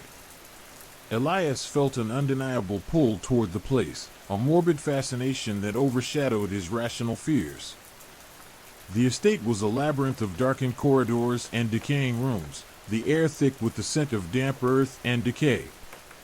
The walls seemed to whisper secrets, the silence broken only by the occasional creak of settling timbers. He discovered a hidden cellar, its entrance concealed behind a crumbling wall, and descended into the suffocating darkness. The air grew heavy, the stench of decay overpowering. The symbols, etched into the cold, damp stone, pulsed with a faint, infernal light. They were larger and more intricately detailed than those he'd found in his previous research, their meaning hidden in their twisting, serpentine forms. Within the cellar, he uncovered a collection of artifacts, ritualistic tools, ceremonial robes, and human bones, all hinting at a gruesome history of sacrifices. He found scattered papers, fragments of texts filled with incomprehensible symbols and chilling descriptions of rituals designed to summon entities from beyond our reality. He recognized the same script he had encountered in his initial research. As he examined the bones, a deep chill washed over him. They were not simply the remains of victims, they were arranged in a disturbing pattern, a macabre representation of the symbols etched into the walls. He understood then, with a sickening certainty, that he was not merely researching a historical phenomenon, he was dealing with something actively malevolent, something that continued to exert its influence in the present day. The sense of dread intensified as he noticed a barely perceptible hum vibrating through the ground. The air grew colder, and the whispers, the guttural sounds, the chilling hisses, became overwhelmingly loud, filling the cellar and resonating within his very being. The symbols pulsed with a renewed intensity, their light growing brighter, their shapes shifting and morphing into grotesque forms that seemed to writhe and claw at his sanity. He felt a presence, an unseen entity watching him, its gaze heavy, cold, and filled with an ancient malice. He felt an overwhelming urge to flee, to escape this place of unspeakable horrors, but his feet felt rooted to the ground, his body frozen in place, his will overpowered by an alien force. His heart pounded in his chest, his mind raced as the line between reality and illusion blurred. He knew he had gone too far, stepped across a threshold he should never have crossed, and unleashed a horror beyond his ability to comprehend. The whispers grew louder, their malevolence palpable, promising a fate far worse than mere madness. He knew, with absolute certainty, the game had begun. And this time, he was not just an observer, he was the prize. The air in the cellar hung thick and heavy, a miasma of decay and something else, something ancient and malevolent. Elias, his breath fogging in the frigid air, felt the whispers intensify, a cacophony of guttural sounds and sibilant hisses that seemed to claw at the edges of his sanity. The symbols, etched into the stone walls, pulsed with an infernal light, their shapes shifting and twisting, mocking his attempts at comprehension. He felt a presence, a weight pressing down upon him, an unseen gaze that pierced the darkness, radiating an icy malice. He reached out, his fingers brushing against the cold, damp stone, tracing the intricate patterns of the glyphs. They felt wrong. Not just alien, but fundamentally off, as if they were designed to disrupt the very fabric of reality. He felt a prickling sensation on his skin, a crawling feeling that spread from his fingertips to his limbs, a chilling awareness that he was not alone. Then, he heard it, a sound that cut through the whispers, a distinct scraping sound, like stone on stone, originating from the far end of the cellar. His heart hammered against his ribs. He strained his ears, listening intently, his breath held captive in his lungs. The scraping sound continued, slow and deliberate, punctuated by the occasional soft thud. It was a sound that spoke of movement, of someone, or something, moving through the darkness. Slowly, cautiously, Elias moved towards the sound, his body tense, his senses on high alert. He held his breath, his heart pounding a frantic rhythm against his ribs, the fear a tangible weight in his chest. The air grew colder, the whispers louder, the presence more palpable. He felt as if he were being watched, observed by something ancient and powerful, something that understood the very fabric of his fear. As he rounded a bend in the cellar wall, he saw it, a figure, shrouded in darkness, silhouetted against the faint, infernal glow of the symbols. The figure was tall and slender, its form obscured by shadow, but its presence was undeniable. It stood motionless, as if waiting, its stillness adding to the growing sense of dread. Elias felt a cold dread wash over him, a primal fear that transcended reason. This wasn't just a cultist, this was something different. Something ancient. Something inhuman. He tried to speak, but his voice caught in his throat. He attempted to move, but his legs felt rooted to the ground, his body unresponsive to his commands. The figure remained motionless, its silence more menacing than any sound. The only sounds were the whispers, which now seemed to be emanating from the figure itself, weaving around him like icy tendrils. Slowly, deliberately, the figure began to move, its form still mostly obscured by darkness, but he could discern details now, the suggestion of long, gaunt limbs, a hunched posture, and something that resembled a long, pointed hood concealing its face. The movement was almost hypnotic, slow and deliberate, drawing him closer, like a spider carefully luring its prey. As the figure drew closer, Elias felt an intense pressure build up in his head, a sensation of being squeezed, crushed, as if his skull were about to shatter. He gasped, struggling against the unseen force, but his efforts were futile. His vision blurred, his ears rang, his mind seemed to be unraveling. Suddenly, the pressure eased, and he could see more clearly. The figure was undeniably human, though its appearance was shockingly gaunt, its features obscured by deep shadows, but not hidden. He could see the suggestion of hollow cheeks and deep-set eyes.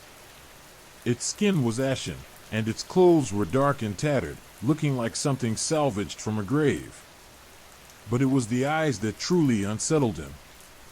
They were an unnerving shade of pale gray, devoid of warmth or emotion, ancient and knowing, pools of cold, implacable observation. They held a chilling intelligence that seemed to penetrate his very soul, a knowledge that spanned centuries, millennia. The figure stopped a few feet away, its gaze fixed on Elias. He could feel its gaze, heavy and intense, a probing that felt like an invasion. He tried to speak, to demand an explanation, but no sound escaped his lips. He was speechless, paralyzed by a mixture of fear and morbid fascination. He knew, instinctively, that this was no ordinary cultist. This was a high-ranking member, perhaps even a leader, a figure steeped in the cult's dark history. The whispers intensified, forming words now, barely audible but clear enough for Elias to decipher their malevolent intent. There were promises, threats, and invitations, a seductive mix of power and dread designed to entice him into the heart of the cult's darkness. They spoke of immortality, of knowledge beyond human comprehension, of power over life and death. But the words were laced with venom, with an ancient malice that left no doubt about the price of such power. He tried to break free from the hypnotic grip of the figure and the whispers, to regain control of his senses, to flee the suffocating darkness of the cellar. But it was no use. He was trapped, caught in a web of ancient magic and terrifying power.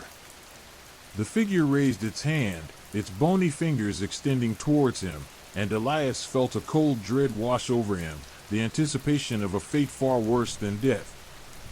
The whispers escalated, and the symbols pulsed with renewed intensity, their infernal glow reflecting in the figure's emotionless eyes. The game had indeed begun, and Elias was not just the prize, he was the sacrifice. The final piece of a horrifying puzzle. The last offering before, something unspeakable. Story 4, Suburban Secrets. The scent of freshly cut grass and blooming hydrangeas hung heavy in the air, a deceptive sweetness that belied the unease gnawing at Detective Miller's gut. He stood at the edge of Willow Creek Estates, the picture of suburban perfection, meticulously maintained lawns, identical two-story houses, and the quiet hum of contented lives. Yet, beneath this veneer of tranquility, a darkness simmered, a darkness hinted at by the unsettling silence that hung over the neighborhood. It was a silence too profound, too deliberate, to be simply attributed to the late afternoon quiet. He adjusted his collar, the crisp starch a stark contrast to the growing unease in his chest. This wasn't his usual case, no brutal murders, no high-speed chases, no hardened criminals. This was something different. It started with the disappearance of young Sarah Jenkins, a seemingly ordinary incident initially dismissed as a runaway case. But the inconsistencies, the lack of any trace of the girl, the unsettling feeling among her neighbors, had pushed the investigation beyond its initial parameters. The more he dug, the deeper the rabbit hole became, twisting and turning, revealing unsettling details that painted a picture far more sinister than a simple runaway. His gaze swept across the rows of houses, each one a potential hiding place for secrets, each one a potential stage for untold horrors. The perfect symmetry, the flawless uniformity, it felt too contrived, too artificial, like a set designed to conceal a dark truth. He recalled the initial police report. Sarah's parents had described her as a shy, introverted girl, deeply attached to her family and showing no signs of distress or rebellious behavior. The missing persons poster, tacked to a nearby telephone pole, showed a picture of a girl with wide, trusting eyes that reflected a stark contrast to the chilling emptiness he now felt observing the tranquil neighborhood. The silence was oppressive, broken only by the occasional chirp of crickets and the distant drone of a lawnmower. He could practically feel the watchful eyes of the residents, hidden behind curtains and blinds, their faces obscured by shadows, each house a sealed-off chamber, guarding its secrets jealously. He felt like an intruder, an unwelcome guest in a meticulously crafted facade, a facade built to conceal a reality far more unsettling. He had interviewed several neighbors, their responses ranging from vague anxieties to outright denials of any unusual activity. They painted a picture of an idyllic community, close-knit and supportive, a haven of peace and tranquility. But their eyes, Miller noticed, often betrayed their words. There was a nervous twitch here, a fleeting hesitation there, a hint of unspoken knowledge lurking behind their carefully constructed smiles. He knew better than to trust appearances, especially in situations like this. His investigation led him to the local historical society, where he unearthed old maps and documents pertaining to Willow Creek estates. The development wasn't always the picture of suburban bliss. Before the houses, before the perfectly manicured lawns, there was something else, something far older. The maps revealed an ancient woodland, a place of whispers and shadows, a place long forgotten, yet still resonating with an unnerving energy. The documents hinted at tales of disappearances and strange rituals, whispers of a hidden cult that had once thrived in the area. The stories were hushed, barely audible, relegated to the realm of local legend. But the legends, he suspected, held a disturbingly relevant truth. He spent hours poring over old newspaper clippings and church records, searching for clues, piecing together a fragmented history. He found accounts of missing persons, vaguely connected by their proximity to the location where Willow Creek estates now stood. There were rumors, whispers of sacrifices, of ancient rites performed under the cover of darkness. He discovered an old photograph of a gathering, a group of people dressed in peculiar robes, their faces obscured, standing in a circle around a bonfire. The eerie image unsettled him. It was more than just a coincidence. The location of the bonfire was strikingly similar to the center of Willow Creek estates. He started visiting the few residents who had lived in the area before the development.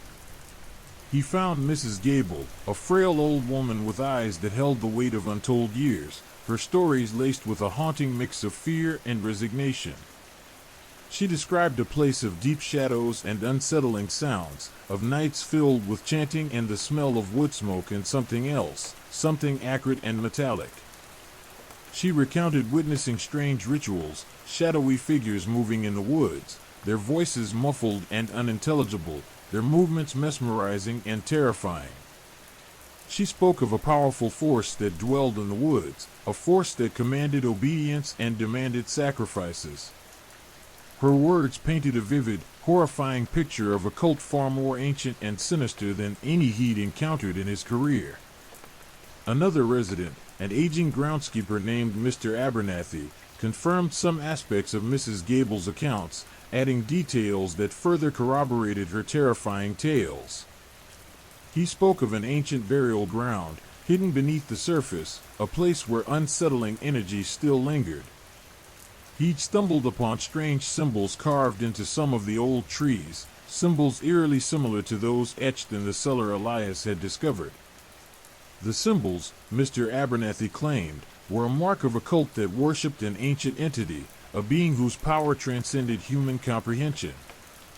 He recounted nights when the air grew heavy, thick with a palpable sense of dread, the sounds of chanting echoing through the woods, even after the development was built.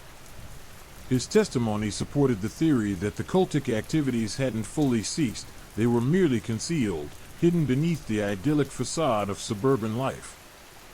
The more Miller investigated, the more convinced he became that Sarah Jenkins' disappearance was no mere coincidence.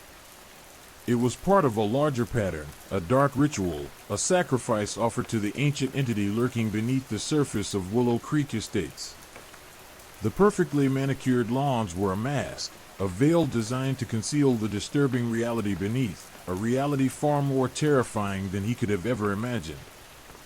The silence wasn't the silence of peace, it was the silence of fear, a suffocating hush that concealed the horrifying truth about Willow Creek Estates. The truth was far more complex, more deeply rooted, and more terrifying than a simple case of a runaway teenager. The investigation had become a journey into the dark heart of a centuries-old cult, a plunge into the terrifying depths of human depravity and ancient malevolence disguised as a perfect suburb. The game, he realized, was far from over, it had only just begun.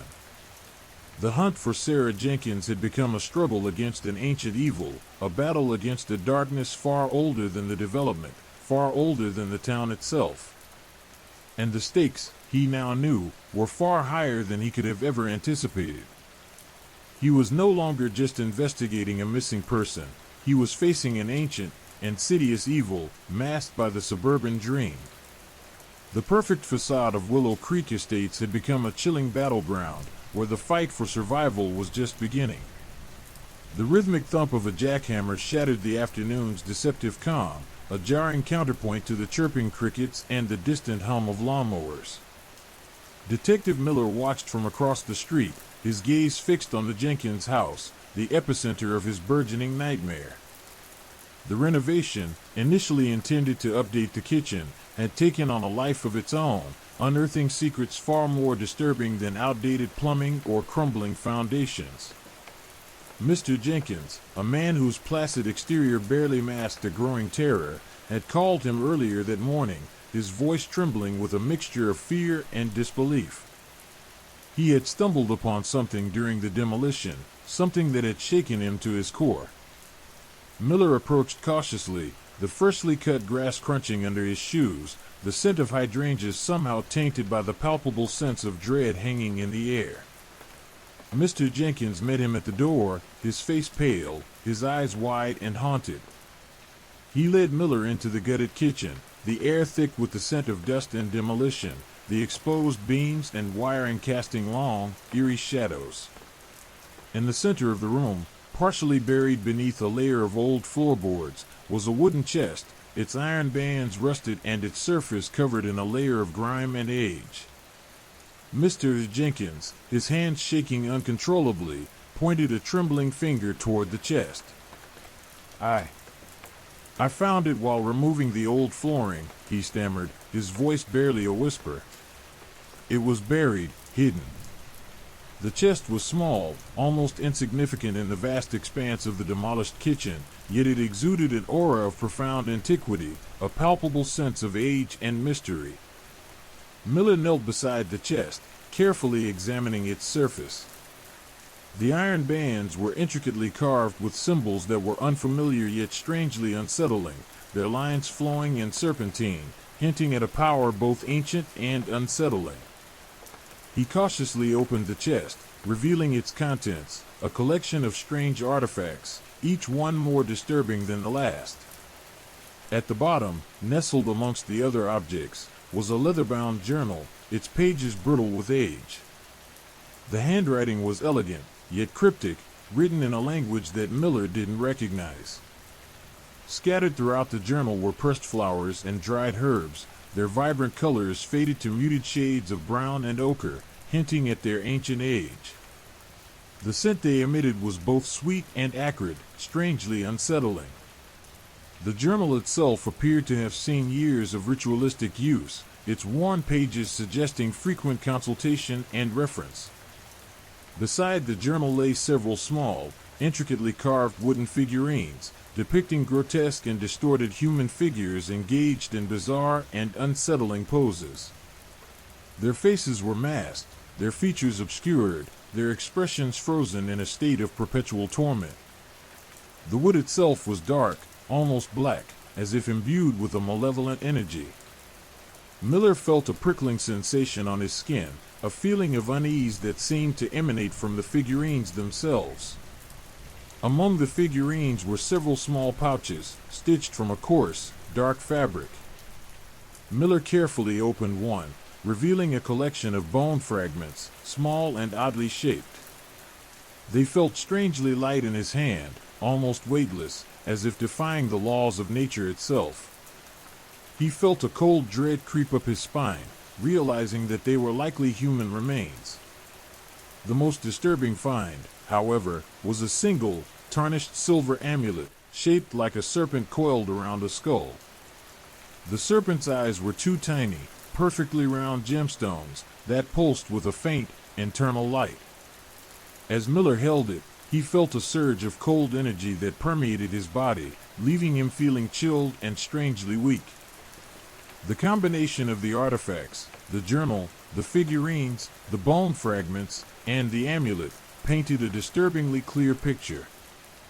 Willow Creek Estates was not merely built on an ancient woodland, it was built on a legacy of darkness, a legacy that was far more sinister than any local legend had dared to suggest.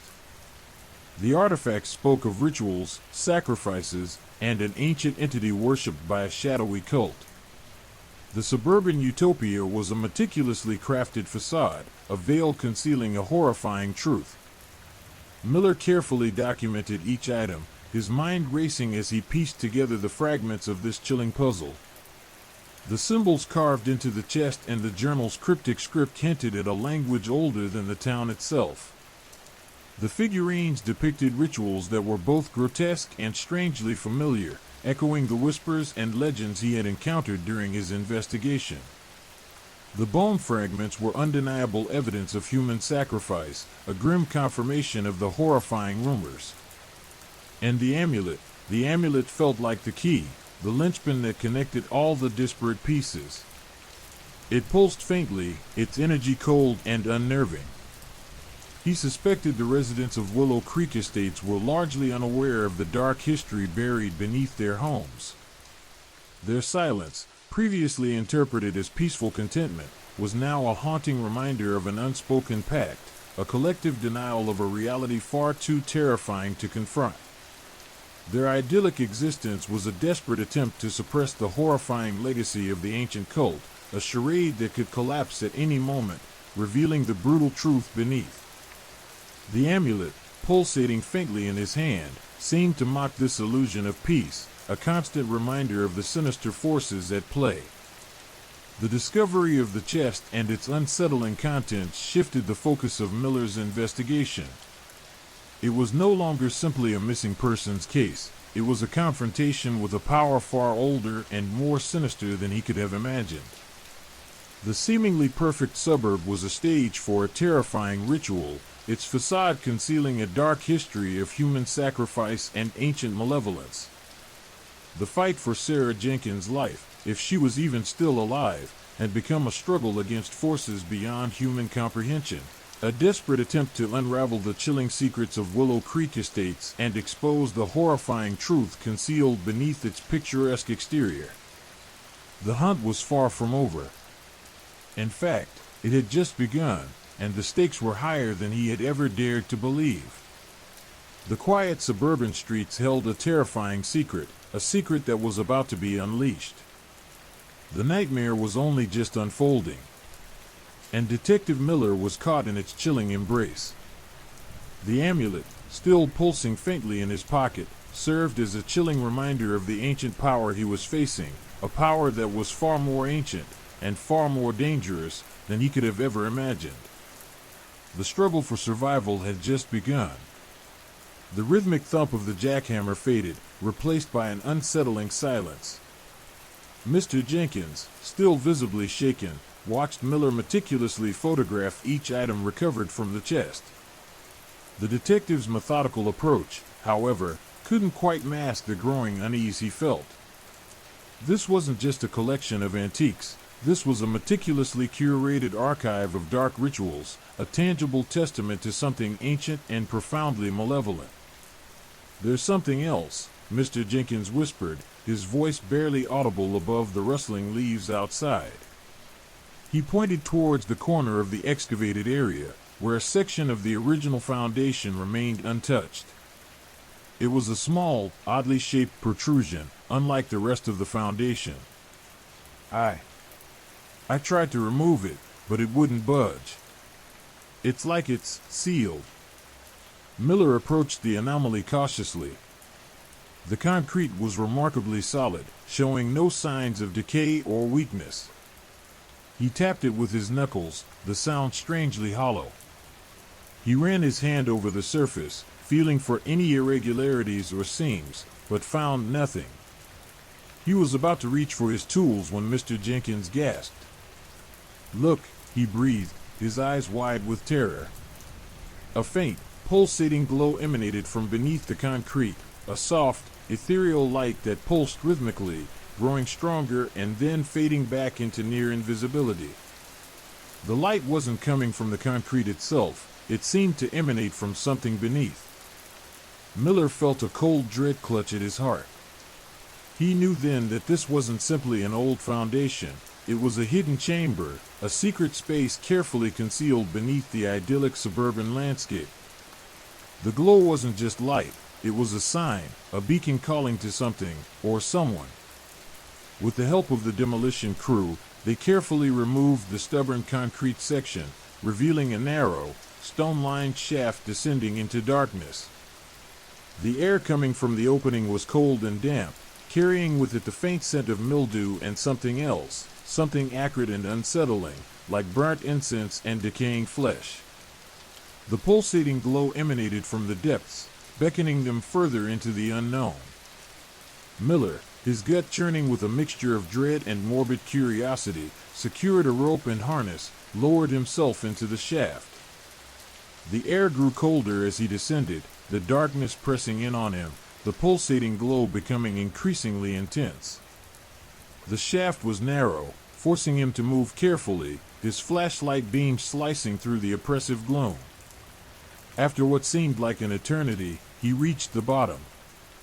The shaft opened into a small, circular chamber, its walls lined with rough-hewn stone. The pulsating light originated from a small altar in the center of the room. On the altar sat a single, tarnished silver chalice, its surface etched with the same serpentine symbols he had seen on the chest. The chalice was filled with a viscous, dark liquid that glowed faintly with the same eerie, pulsating light. The air in the chamber was thick with the scent of decay and incense, the air heavy with the weight of centuries of darkness. The walls were covered in strange markings, a chaotic blend of symbols and figures that seemed to writhe and shift in the flickering light of his flashlight. They were not merely decorative, they were potent, imbued with a malevolent energy that sent shivers down his spine. He cautiously approached the altar, his heart pounding in his chest. He reached out to touch the chalice, but hesitated. The pulsating glow intensified, the liquid within swirling and bubbling. A low hum filled the chamber, resonating deep within his bones. The air felt charged, pregnant with a power both ancient and terrifying. As he examined the chamber, he noticed small piles of bones scattered around the perimeter of the room. The bones were human, their size and shape suggesting the remains of children and adults. They were not merely scattered carelessly, they were arranged in a specific pattern, forming a macabre mandala. The sight filled him with a sickening horror. This wasn't just a hidden chamber, it was a chamber of horrors, a site of unspeakable rituals. On the far side of the chamber, he discovered a hidden passage, barely visible in the dim light. He followed it, his flashlight beam illuminating a narrow tunnel that led to another chamber. This one was larger than the first, its walls adorned with intricately carved stone panels depicting scenes of ritualistic sacrifice. The figures were distorted and grotesque, their faces masked, their expressions frozen in an eternal scream of agony. The panels depicted a horrifying ritual, a brutal and bloody sacrifice offered to a deity that was both ancient and unknowable. The figures were shown offering children and adults to the deity, their bodies being desecrated in acts of unimaginable cruelty. The sight was so disturbing, so horrific, that it brought Miller to his knees, his stomach churning with revulsion and nausea. He spent hours exploring the chambers, documenting his findings with a grim fascination. He discovered more bones, more symbols, more evidence of unspeakable rituals.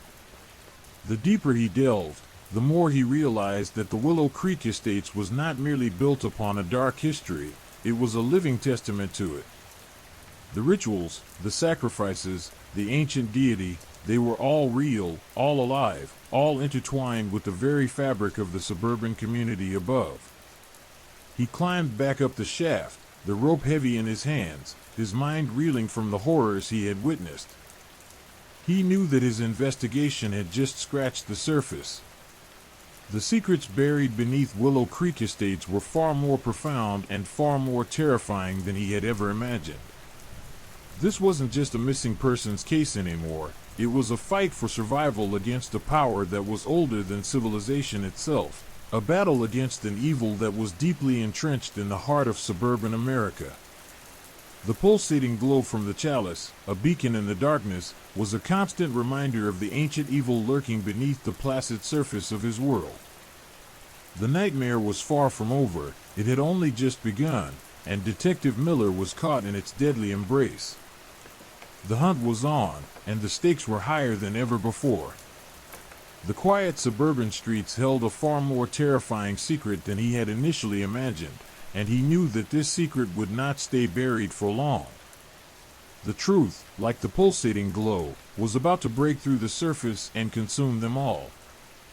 The rhythmic pulse of the earth, a low hum that had begun subtly beneath the jackhammer's roar, persisted even now, a constant, unsettling thrum beneath the quiet suburban facade.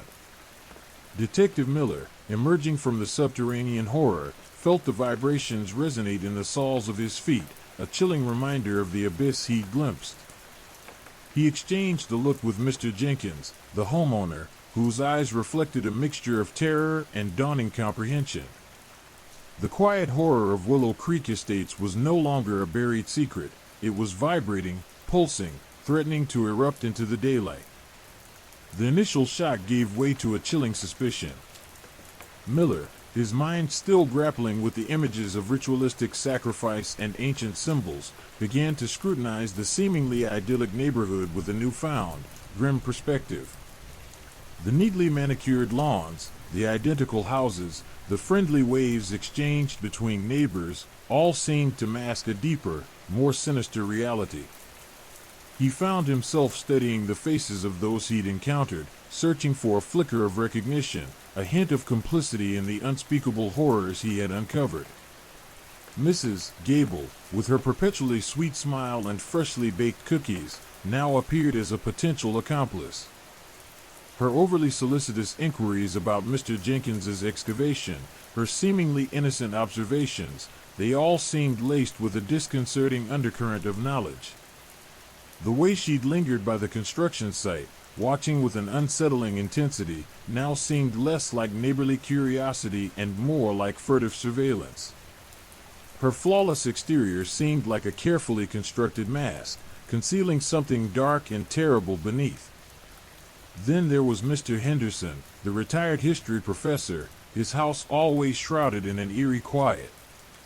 His meticulously kept garden, a labyrinth of perfectly pruned hedges, now appeared as a sinister reflection of the labyrinthine tunnels beneath the estate. He'd always seemed aloof, detached, but now Miller saw a cold intelligence behind his spectacles, a knowing glint in his eyes that suggested he was privy to secrets that would shatter the peaceful facade of Willow Creek. His carefully chosen books, Visible through his study window, volumes on occult rituals and forgotten mythologies sent a fresh wave of icy dread through Miller. Even the children, with their innocent games and carefree laughter, seemed subtly off. Their games often revolved around morbid themes, their drawings filled with unsettling imagery, skeletal figures, cryptic symbols, and repeated patterns mirroring those found in the subterranean chamber. Miller noticed that they frequently congregated near the area where the excavation had taken place, their whispers carried on the evening breeze, chilling in their unchildlike solemnity. It was as if they were aware of the darkness that lurked beneath their feet, as if they were somehow connected to the ancient evil residing below their homes. The investigation expanded beyond the excavated site, encompassing the entire neighborhood. Miller began meticulously collecting information, poring over property records, interviewing residents, and subtly observing their interactions. He discovered a pattern of unexplained disappearances, hushed conversations, and a pervasive air of secrecy that permeated the community. Local police reports, initially dismissed as inconsequential incidents, were now viewed with a new sense of urgency. Missing pets, mysterious fires, unexplained accidents, each incident, when viewed through the lens of his recent discovery, pointed towards a larger, more insidious truth. He learned of a series of seemingly unrelated events that had occurred over the years, strange occurrences that had been dismissed as pranks, accidents, or simply oddities of small-town life.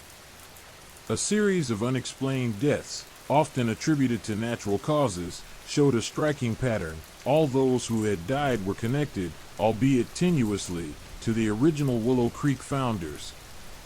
The family history was muddied by cryptic records, hinting at a past far darker than anyone had ever imagined. The stories whispered around town, tales dismissed as folklore or local superstition, now held a new, terrifying significance. Miller began to suspect a deep-seated conspiracy, a hidden network of individuals bound together by a shared, sinister purpose. The seemingly ordinary residents of Willow Creek Estates were not just witnesses, they were participants, active or passive, in a ritualistic horror that stretched back for generations. He discovered whispers of a secret society, a clandestine organization dedicated to perpetuating the ancient rituals he had uncovered. Their membership appeared to span generations, with some families carrying the burden of dark secrets through their lineage. The more he dug, the more unsettling the pieces of the puzzle became. He found coded messages hidden within the town's historical records, cryptic symbols etched into gravestones, and even the local architecture seemingly hinting at a dark and sinister purpose. It became apparent that Willow Creek was not just a residential development, but a carefully crafted stage for a far older and darker narrative. Miller's investigation began to take on a desperate urgency. He realized that he was not only uncovering a dark secret, he was directly confronting a powerful, ancient entity that was deeply interwoven with the very fabric of the community. The quiet suburban streets now seemed to watch him, the houses themselves almost sentient in their silent, watchful presence. The constant hum beneath the earth was a relentless reminder of the ancient evil that lay just beneath the surface, a palpable threat that was steadily closing in. As Miller delved deeper into the heart of the conspiracy, he discovered evidence suggesting that the rituals were not just historical relics, but ongoing practices, living manifestations of a malevolent force that thrived on fear and sacrifice. The missing persons cases were not simply random events, they were systematic offerings, tributes paid to the ancient deity residing below. The seemingly benign gatherings, the community barbecues, and even the children's games, all seemed tinged with a sinister undercurrent, a ritualistic formality that disguised a horrifying reality. He found himself constantly looking over his shoulder, the quiet suburban landscape now appearing menacing, its placid surface masking a seething underbelly of terror. The fear wasn't just a product of his investigation, it was a palpable presence, a chilling energy emanating from the very soil beneath his feet. He was no longer just a detective investigating a crime, He was a hunted man, trapped in a game where the stakes were life and death. The neighbors he'd once considered friendly were now seen as potential enemies, their smiles masking a dark secret, their eyes harboring a knowledge that was both horrifying and chilling. The quiet suburban streets held a far more terrifying secret than he had initially imagined, and he knew that this secret would not stay buried for long. The truth, like the pulsating glow he'd witnessed in the subterranean chamber, was about to break through the surface and consume them all. The hunt was on, and this time, the hunter was the hunted. The nightmare was far from over, it had only just begun. The weight of the revelation pressed down on Jenkins like a physical force. The idyllic facade of Willow Creek Estates, once a source of pride, now felt like a suffocating prison. He looked at his hands, still trembling slightly from the ordeal in the basement, the lingering scent of damp earth and something else, something ancient and profoundly unsettling clinging to his skin. He knew, with a chilling certainty, that he couldn't stay. He had to escape. His escape plan was frantic, born of desperation and fueled by adrenaline. He packed a small bag, stuffing it with essentials, a change of clothes, some cash, his phone, its battery already alarmingly low, and a few cherished photographs, a testament to a life he feared he might be leaving behind. He left a note for his wife, a hastily scribbled message explaining his sudden departure, a desperate plea for understanding that he hoped would reach her before the truth did. He knew the note was inadequate, a pale reflection of the turmoil in his heart, but it was all he could manage in the suffocating grip of fear. The escape was fraught with tension. Every shadow seemed to lengthen, every rustle of leaves sounded like pursuing footsteps. The familiar streets of Willow Creek, once comforting in their predictability, now felt alien and menacing. The cheerful greetings from his neighbors, usually exchanged with a smile and a nod, now felt like veiled threats, their words dripping with a chilling undertone of false pleasantries. He imagined their eyes following him, their smiles concealing a sinister knowledge of his impending flight, a silent acknowledgement of his impending doom. He tried to maintain a casual pace, but his heart hammered against his ribs, a frantic drumbeat against the silence of the suburban night. He glanced over his shoulder repeatedly, half expecting to see a figure emerge from the shadows, a figure representing the suffocating web of secrets he was trying to unravel. His breath hitched in his throat, each shallow gasp a reminder of the terrifying reality he was fleeing. He avoided the main roads, choosing instead the quieter, less traveled paths, hoping to blend into the darkness.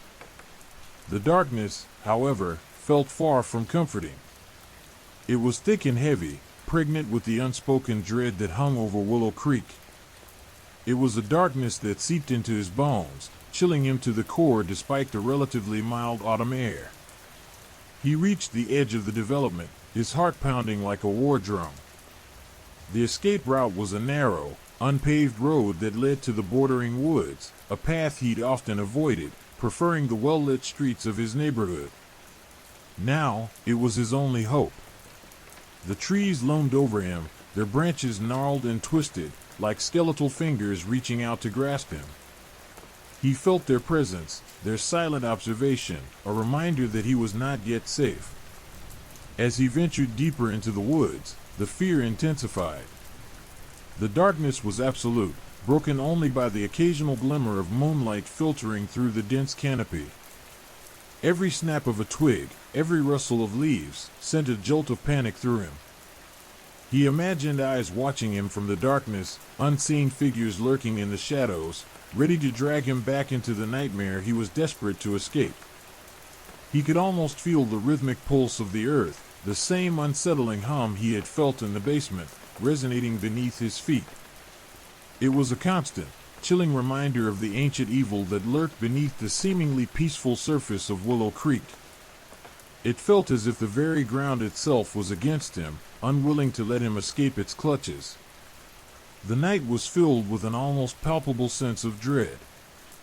The air grew heavy, thick with a suffocating silence that was broken only by the frantic beating of his own heart. The trees themselves seemed to lean in, their branches whispering secrets in a language he instinctively understood but could not articulate. He felt hunted, pursued not just by the unseen forces of Willow Creek but by the very atmosphere itself, a relentless pressure building around him, squeezing the air from his lungs. He stumbled over roots and rocks, his body bruised and battered, but he kept moving, driven by a primal instinct for survival. He pushed onward, his breath ragged and shallow, his body screaming for rest but his mind refusing to slow down. He knew that stopping meant death, that even a moment's hesitation could be his last. He ran blindly, his only goal to escape the shadow of Willow Creek, to reach a place where the earth didn't hum with an ancient evil, where the darkness didn't whisper secrets of death and sacrifice. He ran until his legs ached, his lungs burned, and his body threatened to collapse beneath him. But he couldn't stop, he wouldn't stop. He had to break free. Finally, after what felt like an eternity, he emerged from the woods. The darkness receded, replaced by the faint glow of distant streetlights. He was still within the county, but far enough from Willow Creek to feel a flicker of hope, a fragile ember in the darkness of his fear. He collapsed onto the side of the road, his body trembling with exhaustion and relief. He lay there for a long time, catching his breath, the faint sounds of passing cars a comforting counterpoint to the silence of the woods he'd just left behind. He was safe, for now. But the fear lingered, a chilling echo of the nightmare he'd escaped, a constant reminder of the horrifying truth lurking beneath the placid surface of Willow Creek Estates. He knew that his escape was only temporary, a brief respite before the next encounter with the darkness. The fight was far from over. The suburban secrets still whispered in the wind, their chilling murmur a testament to the evil he'd left behind. The ancient hum still vibrated beneath the surface of the earth. It was a constant reminder that the nightmare had only just begun. He had escaped, but the darkness was still out there, watching, waiting for its next victim. And he knew, deep down, that the darkness would find him again. The escape had bought him time, precious, fleeting time, but the reckoning would come. He just hoped it wouldn't be soon. Story 5. The Missing Persons Case. The distant hum of a county patrol car's engine was the only sound that pierced the desolate quiet as Detective Harding pulled his battered Ford Crown Victoria onto the shoulder of the rain-slicked road. Willow Creek, or what remained of it in his mind, was a distant memory now, replaced by the stark, unforgiving landscape of the county's rural expanse. He stared at the endless rows of corn stalks, their leaves whipped into a frenzy by the relentless wind. The wind howled a mournful dirge, a chilling soundtrack to the investigation that lay ahead. He'd spent the last few hours poring over the case files, the thin dossiers offering little more than a grim litany of disappearances. 4 people vanished in the last 6 months, all from the isolated farming community of Havenwood, a place seemingly swallowed by the vast, unforgiving landscape. The common thread? Their disappearances were eerily similar, each vanishing without a trace. No forced entry, no signs of struggle. Just empty houses, silent phones, and a palpable sense of unease that clung to the air like a suffocating shroud. The sheriff's department had deemed it a series of unfortunate events, a string of coincidences in an isolated community. But Harding, scarred by the events in Willow Creek, saw something far more sinister at play. He felt the familiar prickle of unease, the cold dread that had become his unwelcome companion. He knew the silence, the subtle shifts in the atmosphere, the way the very air itself seemed to vibrate with unseen energy. He'd seen it before, in Willow Creek. He sensed the same chilling undercurrent here, in the heart of Havenwood. He switched off the engine, the silence of the countryside suddenly oppressive. He could hear the wind whipping through the corn stalks, a sound that morphed in his mind into whispers, guttural murmurs that seemed to speak of secrets buried deep beneath the soil. The air hung heavy with the scent of damp earth and decaying vegetation, a smell that seemed to carry with it a subtle, sickening sweetness, a hint of something metallic and disturbingly familiar. Havenwood itself was a collection of dilapidated farmhouses scattered across a seemingly endless expanse of farmland. The houses were old, their paint peeling, their windows dark and unwelcoming. The air felt thick with a sense of abandonment, a palpable stillness that was more unsettling than any noise could ever be. It felt as though the very land itself was holding its breath, waiting, watching. He drove slowly through the town, the tires crunching on loose gravel. The silence was broken only by the occasional creak of a weathered fence post or the distant caw of a crow. He stopped at the sheriff's office, a small, single-story building that looked as though it had seen better days. Sheriff Buckley, a man whose withered face spoke of years spent battling the elements and the harsh realities of rural life, greeted him with a weary sigh. He was a large man, his frame softened by years of comfortable living, but his eyes held a sharpness that betrayed his easygoing demeanor. "Detective Harding," Buckley said, his voice raspy from years of smoking. "What brings you out to Havenwood? I thought this was a local matter." Harding presented his credentials, the weight of his Willow Creek experience adding a certain gravitas to his words. "Sheriff, I think these disappearances are connected. Something bigger is going on here." Buckley leaned back in his chair, his gaze fixed on Harding, a flicker of skepticism in his eyes. "Something bigger than a few folks going missing? This is Havenwood, Detective. People disappear. It's what we do around here. But these disappearances," Harding pressed, "they're too similar. No signs of struggle, no witnesses, no clues. It's almost as if they simply vanished into thin air." Buckley grunted, his skepticism barely concealed. "You got any leads, Detective?" Harding pulled out the files, spreading them across the sheriff's desk. He pointed to a photograph of one of the missing persons, a young woman named Emily Carter. Her house was found undisturbed. No sign of forced entry, nothing missing, except for her. Just like the others. Buckley ran a hand through his thinning gray hair. "Well, that don't make it any easier." "I want to speak to the families," Harding said. "I want to see the properties, and I want to talk to everyone who knew the missing people. I want to understand what unites them." Buckley hesitated. He looked at Harding, his skepticism slowly melting away in the face of the detective's dogged determination. "All right, Detective. I'll give you access. But be careful. Havenwood isn't the friendliest place, especially when folks are getting spooked." The investigation began slowly, a methodical combing through the lives of the missing. He spoke to grieving families, their faces etched with worry and exhaustion. He visited the empty homes, each one frozen in time, a silent testament to the lives suddenly and inexplicably interrupted. The silence was suffocating, punctuated only by the whispering wind and the unsettling creaks of the aging houses. Each interview revealed small details, seemingly insignificant at first, that gradually began to weave a disturbing tapestry. A recurring motif emerged, a strange symbol, a stylized sigil, discovered etched into the basements of several of the missing persons' homes. The symbol was crude, almost childlike in its simplicity, yet it emanated an unsettling power, a chilling sense of dread that lingered long after Harding had seen it. He sought the advice of Dr. Albright, a renowned anthropologist specializing in occult symbols.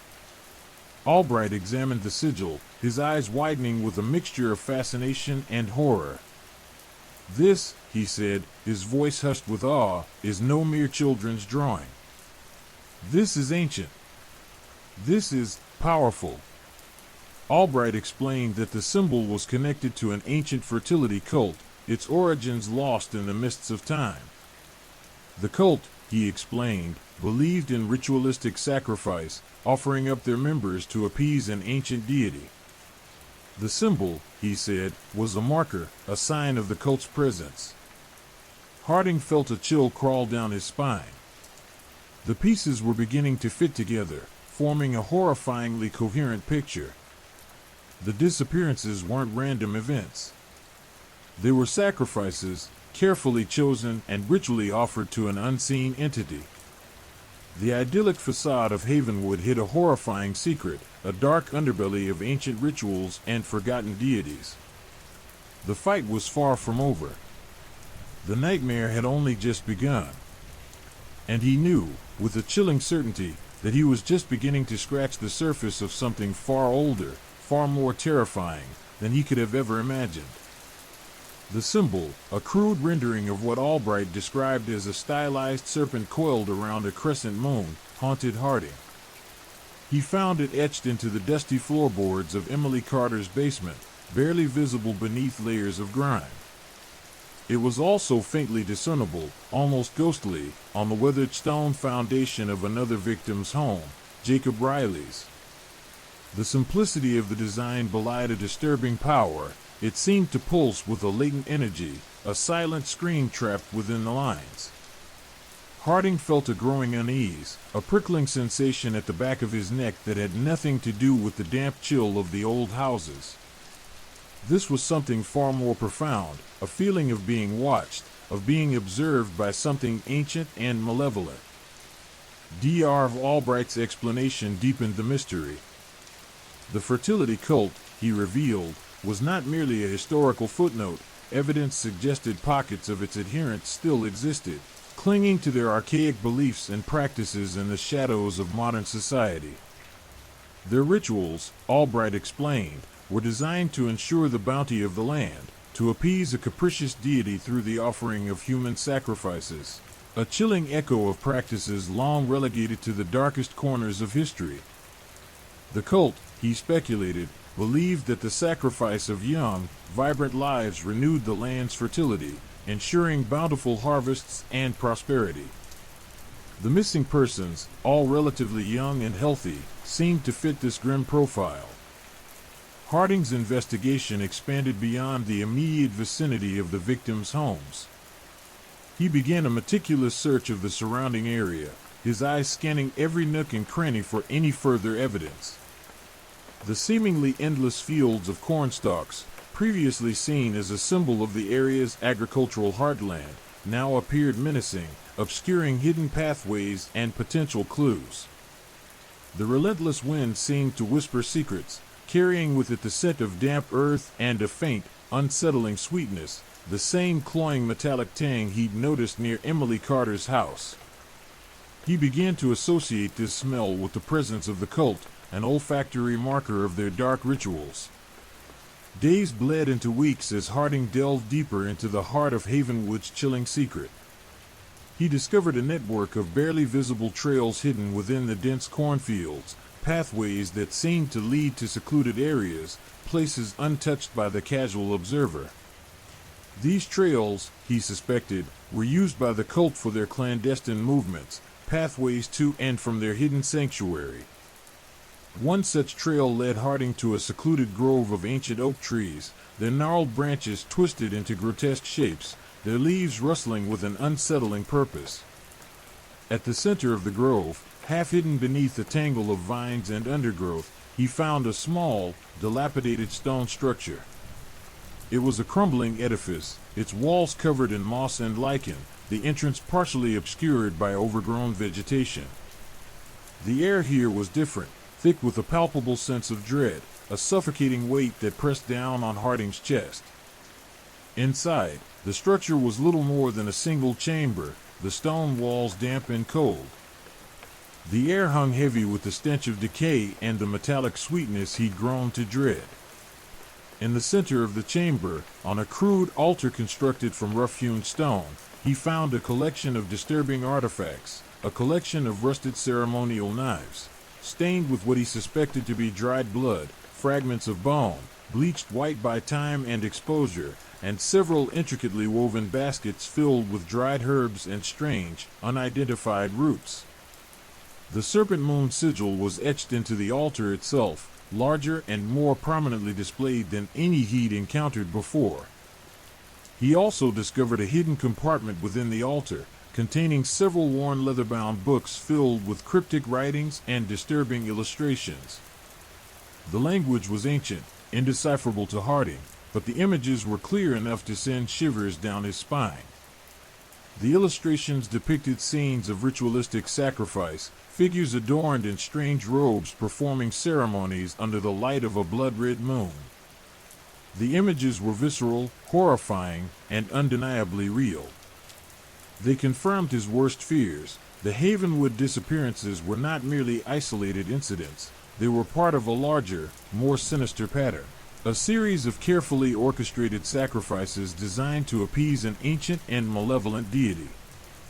Harding carefully documented his findings, photographing the artifacts and making meticulous notes. The sheer horror of the discovery left him shaken, a sense of unease that went beyond the usual dread he felt on such cases. This was something different, something ancient and powerful, something that tapped into primal fears that resided deep within the human psyche. This was not just a criminal investigation, it was a battle against something far older and far more dangerous than he had ever encountered. His discovery brought him to a chilling realization: the cult's operations extended far beyond Havenwood. The symbol, the artifacts, the rituals, these were all pieces of a larger puzzle, a dark tapestry woven across a far wider geographical area. The Havenwood case, he suspected, was merely the tip of the iceberg. He realized that the seemingly isolated community had been a carefully chosen location for their operations, its remote setting providing an ideal cover for their heinous activities. The quiet solitude of the farmland had masked the horrors that unfolded beneath its surface. As Harding continued his investigation, he discovered additional clues, scraps of information and fleeting references that pointed to a network of similar cults across the country, each operating in secrecy, each perpetuating their dark rituals. He found coded messages hidden within seemingly innocuous documents, cryptic phrases embedded in local folklore, and whispered tales passed down through generations. The clues were scattered, fragmented, yet they all pointed in the same direction, toward a vast, interconnected network of ancient cults, working in concert to maintain their influence and power. The implications were staggering. Harding understood that he was not merely dealing with a regional phenomenon, he was confronting a centuries-old conspiracy, a hidden society operating beyond the reach of law enforcement. The cult had remained undetected for centuries, hiding in plain sight, its existence hidden beneath layers of folklore and tradition. He now understood that Havenwood was not an isolated incident. It was a microcosm of a much larger, far more terrifying reality. The idyllic facade of rural America had been shattered, revealing a horrifying truth that extended far beyond the confines of a sleepy farming community. Harding's investigation was no longer just a missing persons case. It had transformed into a desperate race against time, a fight against forces far older and more powerful than anything he could have ever imagined. He was walking a tightrope, balancing on the edge of sanity as he peered into the abyss, grappling with a reality far more terrifying than any nightmare. He was alone, facing an ancient evil, with only his wits and his unwavering determination to guide him through the darkness. The fight for survival was far from over, it had only just begun. The very fate of countless lives, and perhaps even the world itself, hung precariously in the balance. The weight of his discovery settled heavily on Harding's shoulders, a crushing burden that threatened to suffocate him. The seemingly idyllic Havenwood, with its swaying cornfields and quiet farmsteads, was a meticulously constructed facade, a carefully curated illusion hiding a sinister truth. It wasn't just a few isolated disappearances, it was a systematic, ritualistic purging, a macabre offering to an ancient deity. And the cult behind it was far more powerful and entrenched than he'd ever imagined. His initial investigations had focused on the victims, young, vibrant individuals plucked from their lives without a trace. Now, the focus shifted. The victims were merely pawns, sacrifices in a grand, terrifying game orchestrated by a shadowy organization with centuries of history. The clues, previously scattered and seemingly unrelated, now coalesced into a chilling picture of a cult's pervasive influence. He began to see the cult's fingerprints not just on the victims but on the very fabric of Havenwood itself. He started with the town's history, poring over dusty archives and local folklore. He uncovered tales of strange rituals, whispered warnings from generations past, and legends that spoke of a hidden power operating within the heart of Havenwood.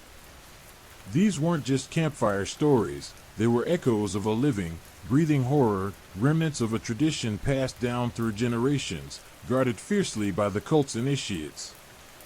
The town's elderly residents, initially reluctant to speak, began to reveal snippets of information under Harding's persistent questioning. Their stories were fragmented, filled with vague allusions and hushed tones, but a pattern slowly emerged. They spoke of a secretive society, a group of individuals who held immense influence over the town's affairs. These individuals, it seemed, were not merely members of a religious sect. They were the town's power brokers, its decision makers, its silent puppeteers. One elderly woman, her eyes clouded with age and fear, recounted a tale of a yearly festival, a celebration that involved peculiar rituals performed under the cover of darkness. These rituals, she said, were essential to ensuring the town's prosperity and the fertility of the land, a chilling echo of Dr. Albright's description of the cult's beliefs. The woman's trembling hands clutched a faded photograph showing a group of masked individuals gathered around a bonfire, their faces obscured, their movements suggestive of a ritualistic dance. Harding's investigation led him to the town's mayor, a seemingly affable man who projected an image of wholesome rural leadership. Yet, as Harding delved deeper, he found inconsistencies in the mayor's accounts, subtle evasions that suggested a deeper involvement in the disappearances. The mayor's family history, Harding discovered, stretched back centuries in Havenwood, its lineage intertwined with the town's oldest families with long-standing ties to the local church, a church whose basement held its own dark secrets. The church itself, a grand, imposing structure at the heart of Havenwood, was more than just a place of worship. Harding discovered that it was a center of power for the cult, a place where its members gathered, where its rituals were performed, and where its influence was consolidated. The church's stained glass windows, depicting scenes of biblical significance, seemed to subtly incorporate the cult's serpent moon symbol, almost imperceptibly woven into the intricate designs. Harding spent nights poring over the church's records, uncovering hidden financial transactions, coded messages, and cryptic entries in the church ledger. He found evidence of significant donations from anonymous sources, financial streams that appeared to originate from outside the town, a complex network of funds flowing in and out of Havenwood, seemingly connected to the cult's activities. The scale of the operation shocked him. The cult wasn't just a small group of fanatics, it was a well-funded, highly organized network with deep roots in the town's social structure. The mayor's office, too, yielded disturbing clues. Harding discovered a secret compartment hidden behind a loose panel in the mayor's desk, revealing a cache of documents detailing the cult's activities, its membership list, and its plans for the future. The documents revealed a chilling hierarchy within the cult, a complex system of power and influence that extended far beyond Havenwood. The mayor, Harding realized, wasn't just an accomplice, he was a high-ranking member of the cult, entrusted with overseeing its operations in the town. The cult's influence extended to the local police department, Harding discovered. Several officers, he found, were sympathetic to the cult, either actively involved or complicit in its activities. Their silence, Harding realized, was not merely due to ignorance or fear, it was a deliberate act of protection, a tacit agreement to uphold the cult's power and influence in the town. As Harding delved deeper, a disturbing pattern emerged. The cult wasn't just operating in secret, it was operating in plain sight, using its influence to control the town's institutions and manipulate its residents. It had infiltrated every aspect of Havenwood's life, its economy, its politics, its social fabric. The seemingly normal activities of the town, the annual harvest festival, the church services, the town meetings, all served as covert fronts for the cult's clandestine activities. The residents of Havenwood, Harding realized, were living under the cult's hypnotic sway. The cult's control wasn't solely based on fear or violence. It was a carefully cultivated system of manipulation and control that subtly shaped the town's collective consciousness. The very air of Havenwood seemed charged with a palpable sense of dread, a subtle undercurrent of fear that permeated every interaction, every conversation, every glance. Harding's investigation had transformed into a perilous game of cat and mouse, a desperate attempt to expose a centuries-old conspiracy that reached far beyond the confines of Havenwood. He was facing not just a group of criminals, but a deeply entrenched social structure, a system of power that had woven its way into the very soul of the town. He knew that his actions could have deadly consequences, that his investigation could trigger a violent backlash from the cult, but he was determined to expose the truth, no matter the cost. He was fighting against a power that had been operating in the shadows for generations, a power that had grown strong and complacent in its secrecy. But Harding's determination was as tenacious as the cult's grip on Havenwood. The battle for Havenwood, and perhaps for much more, was far from over. The faded photograph, clutched in the trembling hand of the elderly woman, became Harding's obsession. It depicted a scene of unsettling familiarity, the bonfire, the masked figures, the rhythmic movements suggestive of a ritualistic dance. He enlarged the image, scrutinizing every detail, searching for any clue that might lead him closer to the heart of the cult. The masks, he noticed, were not uniform. They varied in design, subtly hinting at a hierarchical structure within the organization. Some were adorned with intricate carvings, while others were simpler, almost crude in their execution. This hinted at different ranks within the cult, different levels of commitment and power. His next target was the annual Harvest Festival, an event celebrated with unrestrained enthusiasm by the residents of Havenwood. It was a spectacle of community spirit, a testament to the town's seemingly idyllic life. But to Harding, it was a carefully orchestrated facade, a grand public display designed to mask the cult's sinister activities. He infiltrated the festival, blending seamlessly into the crowd, his eyes scanning the faces of the participants, searching for any sign of the masked individuals from the photograph. He observed the rituals, the dances, the chants, the offerings, noting every detail, searching for hidden symbols, subtle cues that might unravel the cult's mystery. The air was thick with a palpable sense of unease, a discordant note beneath the surface of the festive gaiety. The laughter felt forced, the smile strained, the overall joviality tinged with an unsettling undercurrent of fear. Harding discovered that the Harvest Festival wasn't merely a celebration, it was a recruitment ritual. The cult used the event to identify potential initiates, to observe their behavior, to assess their susceptibility to the cult's influence. He found that certain individuals within the crowd behaved differently, exhibiting subtle signs of hypnotic compliance. Their eyes held a vacant stare, their movements were robotic, their reactions predictable.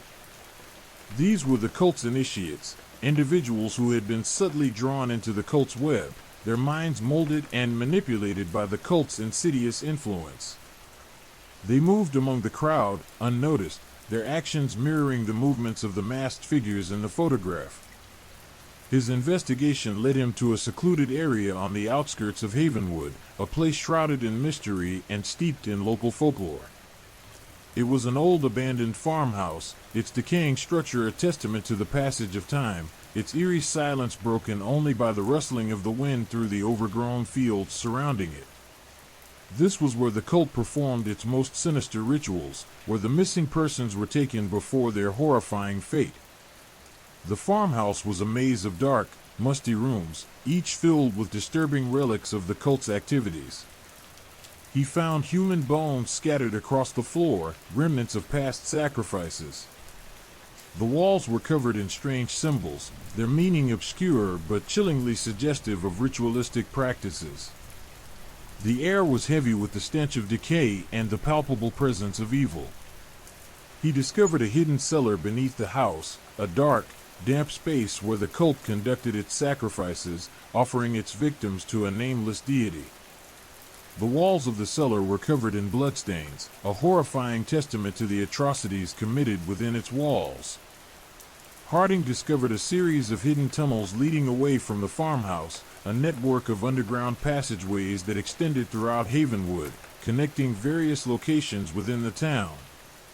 It was a secret system of communication and transportation used by the cult to move its members undetected. He crawled through the narrow, claustrophobic tunnels, his flashlight beam cutting through the darkness, illuminating the chilling symbols etched into the walls. He realized that Havenwood was riddled with secret passageways, a subterranean labyrinth where the cult moved freely, unseen, unheard. Following these underground passages, Harding discovered a secret chamber beneath the town's church. This chamber was far more elaborate than he could have imagined, a vast, cathedral-like space filled with ancient artifacts and cryptic symbols. In the center stood a large altar, stained with dried blood and surrounded by candles. The walls were covered in intricate carvings, depicting scenes of ritualistic sacrifice and ancient ceremonies. It was a space of chilling power, a locus of the cult's dark energy. Here, he found a collection of journals detailing the history of the cult, its rituals, and its beliefs. The journals revealed a terrifying history, a lineage of violence and sacrifice stretching back centuries. The journals revealed the cult's origins, tracing its history back to the town's founding. It was not a recent phenomenon. It was deeply ingrained in the town's social fabric, its roots interwoven with the very foundation of Havenwood. The cult's influence had extended beyond the town's limits, stretching its tentacles into other communities, creating a network of interconnected cells, each operating independently but connected through a complex web of communication and financial transactions. Harding realized the scale of the operation was far larger than he'd initially anticipated. This wasn't just a local issue, it was a widespread conspiracy with ramifications that extended far beyond Havenwood. Harding's investigation brought him into direct conflict with the cult's leadership. He faced threats, intimidation, and even attempts on his life. He was a lone wolf, hunting a pack, and his pursuit was becoming increasingly dangerous. He had become a target, his actions provoking a violent response from the cult. They were desperate to maintain their secrecy, to protect their power, and they were prepared to do whatever it took to silence him. He spent days analyzing the cult's symbols, deciphering their meaning, and trying to understand their beliefs. He discovered that the symbols weren't merely decorative, they were integral to the cult's rituals, each representing a specific aspect of their beliefs. He realized that the cult's rituals weren't random acts of violence, they were carefully planned ceremonies designed to appease a powerful, ancient entity. He understood that the disappearances weren't isolated incidents, they were part of a systematic ritual, a cycle of sacrifice designed to maintain the cult's power and influence. The cult was not just a religious sect, it was a highly organized criminal enterprise, involved in a variety of illegal activities, including drug trafficking, money laundering, and human trafficking. Its members occupied positions of power within the community, allowing them to operate with impunity.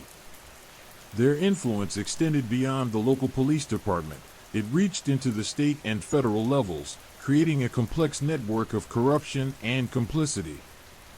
Harding's investigation was a race against time, a desperate attempt to expose the cult before it could strike again. He knew that the cult was aware of his investigation and that they were closing in on him. He was operating in the shadows, always looking over his shoulder, constantly aware of the danger that lurked around every corner. His life was in constant jeopardy, his every move monitored, his every action analyzed. He was hunted, but he refused to give up. The stakes were too high, the consequences of failure were too catastrophic. The fate of Havenwood, and perhaps the world, rested on his shoulders. The pursuit was dangerous, but he was determined to see it through, to expose the dark secrets of Havenwood and bring the cult to justice, no matter the cost. The air hung heavy with the scent of damp earth and decaying vegetation as Harding approached the farmhouse. The moon, a malevolent eye in the inky sky, cast long, skeletal shadows that danced and writhed like phantoms. He'd traced the underground tunnels to a hidden entrance, a crumbling section of stone wall concealed beneath a tangle of thorny vines. He'd spent the last 3 days deciphering the cryptic symbols found in the church chamber, learning enough to understand the significance of the farmhouse, the heart of the cult's operations. This was where the sacrifices took place, where the missing persons met their gruesome end. His heart hammered against his ribs, a frantic drumbeat against the oppressive silence. He moved cautiously, each step deliberate, his senses heightened, his weapon, a heavy-duty flashlight, held firmly in his hand. The flashlight's beam cut through the darkness, revealing the decaying structure of the farmhouse, its walls scarred with age and neglect. He could almost feel the weight of history pressing down on him, the palpable sense of evil that clung to the air like a shroud. The farmhouse was eerily silent, the stillness broken only by the occasional creak of settling wood and the rustling of unseen creatures in the surrounding undergrowth.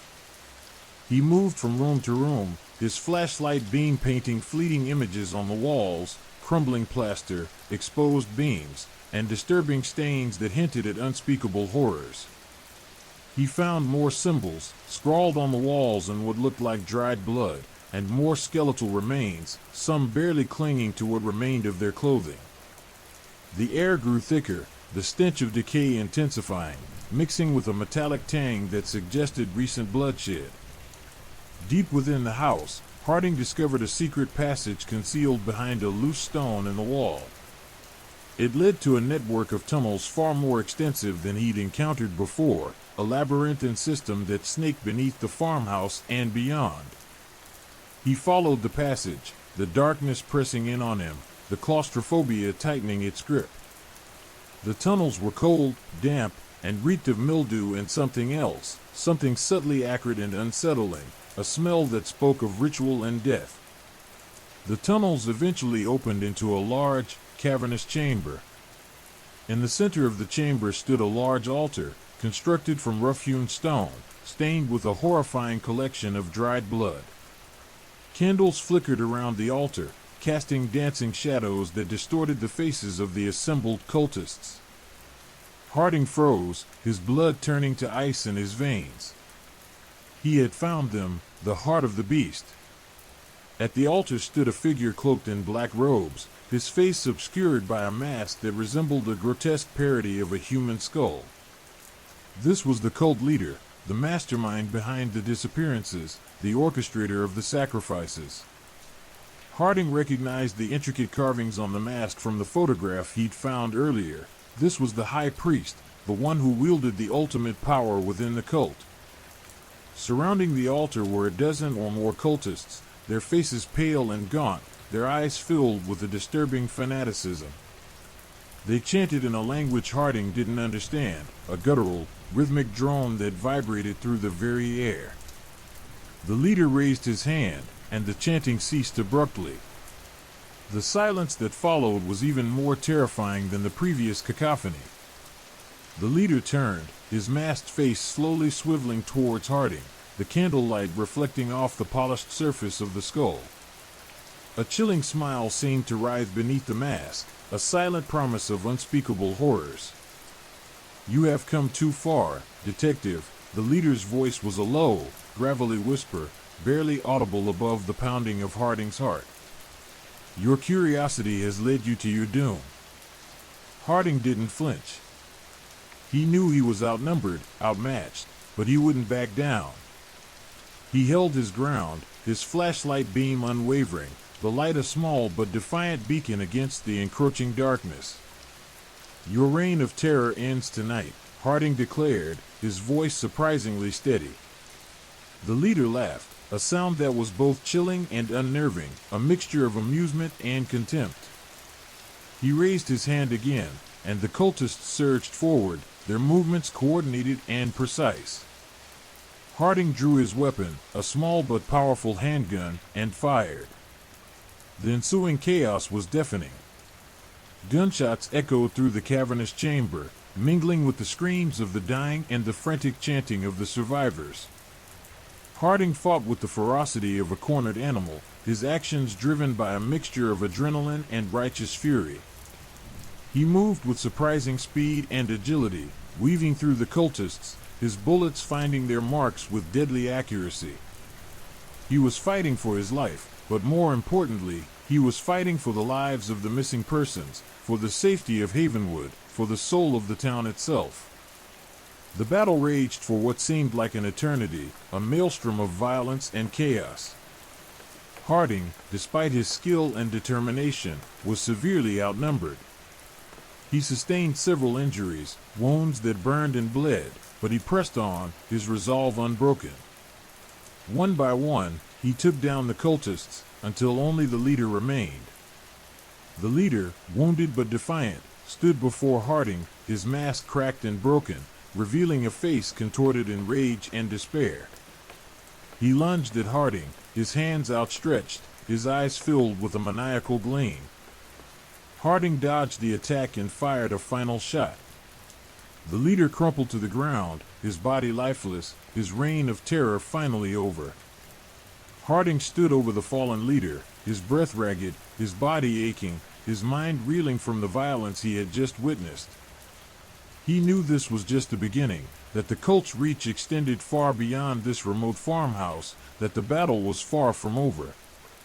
But for now, he had won a crucial victory, a blow that would cripple the organization, a step towards justice. He had stared into the heart of darkness and emerged victorious. The silence that followed was profound, broken only by the soft drip of blood and Harding's labored breathing. The air, once thick with the stench of death and ritual, now held a faint scent of hope. The long night was ending, and the dawn of justice was slowly breaking. But the shadow of the cult, Harding knew, would linger long after the sun rose, a chilling reminder of the darkness that lurked beneath the surface of Havenwood, and perhaps, the world itself. Story 6, Blood Rights in the Office. The fluorescent lights of the Blackwood Corporation hummed, a sterile counterpoint to the primal fear gnawing at Amelia's gut. The air, usually thick with the scent of expensive coffee and ambition, now carried a metallic tang, a faint whisper of something ancient and wrong. It had started subtly, a series of unexplained disappearances among the senior executives. First, Mr. Finch, head of acquisitions, vanished without a trace, his office left eerily clean, devoid of even a stray paperclip. Then came Ms. Albright, the marketing director, her sleek, minimalist workspace similarly bereft of personal effects. Each disappearance was followed by a chillingly calm announcement from CEO Julian Thorne, a man whose icy smile never quite reached his unsettlingly cold eyes. Restructuring, he'd called it, his voice a smooth, polished lie that felt as cold as the polished marble floors under Amelia's feet. Amelia, a mid-level analyst in the finance department, had always been a meticulous observer, a keen reader of the unspoken currents that flowed beneath the surface of corporate life. She'd noticed the subtle changes, the almost imperceptible shifts in power dynamics. The hushed whispers in the hallways, the furtive glances exchanged between Thorne's loyalists, the increasing paranoia that hung like a shroud over the opulent skyscraper. The disappearances, however, were too blatant to ignore. They weren't simply dismissals, they were vanishings. And Amelia had a growing suspicion that Thorne was involved. Her investigation began with Finch's office. She'd secured access under the pretext of inventory, her heart pounding against her ribs as she entered the sterile space. She found nothing outwardly amiss, but a closer inspection revealed faint traces of blood on the pristine carpet, almost invisible to the naked eye, but clearly visible under her forensic light. The same faint traces were found in Albright's office. Something wasn't right. This wasn't a simple restructuring, it was a calculated purge. Amelia's research into Thorne led her down a rabbit hole of disturbing information. He wasn't simply a ruthless CEO, he was a devotee of something older, something darker. She discovered articles, buried deep within obscure academic journals, detailing a forgotten cult, the Order of the Crimson Hand, known for its ancient blood rituals and its insatiable hunger for power. The symbols, subtly woven into the fabric of Blackwood Corporation's logo, a stylized hand, its fingers curled into a disturbingly perfect claw, were chillingly familiar. She'd seen similar markings in the church basement during the investigation a few weeks before, marking the location where the cult hid their captives. The deeper Amelia delved, the more convinced she became that Blackwood Corporation was more than just a business. It was a front, a carefully constructed facade concealing a terrifying ritualistic core. The seemingly random disappearances were sacrifices, offerings to an entity that Thorne, and perhaps others in his inner circle, worshipped. Amelia's sense of dread intensified. She was walking a tightrope, balancing between exposing a powerful man and risking her own life. One night, while sifting through Thorne's personal files, an act of digital espionage she justified as a desperate measure, she stumbled upon a series of encrypted emails. Using her knowledge of cryptography, she painstakingly cracked the code. The emails revealed a complex network of ritualistic practices, scheduled meetings conducted under the guise of business conferences, where the true agenda was the sacrifice of high-ranking executives. Each victim, it seemed, was chosen according to a specific astrological alignment, their blood used to feed a sinister entity in a ceremony meant to enhance Thorne's power and influence. Amelia realized she needed evidence. She knew that Thorne was incredibly powerful and well-connected, shielded by layers of legal protection and an army of loyalists who would stop at nothing to protect him. She needed irrefutable proof, something tangible that would prove his culpability beyond a reasonable doubt. Her opportunity came during the corporation's annual gala, a lavish affair held in the penthouse suite overlooking the city. Amelia, using her access to the building, snuck into Thorne's private office, situated high above the bustling celebration. There, she found a hidden vault, accessed by a biometric lock that she managed to bypass using a sophisticated keylogger she had created the last few nights. Inside, she found what she'd been looking for. The vault was a macabre treasure trove of evidence. There were photographs of the rituals, horrifying images that documented the sacrificial events, each marked with the date and the astrological chart of the victim. There were also ancient texts detailing the history of the Order of the Crimson Hand and their twisted methods, further confirming her terrifying discovery. Amelia carefully collected the evidence, her hands trembling with a mixture of fear and resolve. Her plan was simple, yet risky. She would expose Thorne during the gala, using the evidence to publicly unveil his nefarious activities. She knew this was a dangerous game, that her actions could result in her own demise, but she had to try. The lives of countless individuals might hang in the balance, and the potential for a larger societal implication would surely be significant. Amelia knew she might be the next victim, that Thorne would stop at nothing to maintain his reign of power, but the thought of doing nothing felt even worse. As the gala reached its crescendo, Amelia made her move. She uploaded the evidence, photographs, documents, and emails, to a secure server accessible to the outside world, and then subtly leaked the link to select journalists known for their investigative tenacity. She knew Thorne's downfall would begin when the evidence became public. As the police and news media swarmed the penthouse, Thorne, his carefully crafted facade shattered, watched in horrified disbelief as his meticulously planned blood rites were exposed to the world. The fall of Julian Thorne was swift and decisive. The Order of the Crimson Hand, previously a forgotten footnote in history, became a headline. Blackwood Corporation faced a complete and utter collapse, its assets frozen as investigations continued.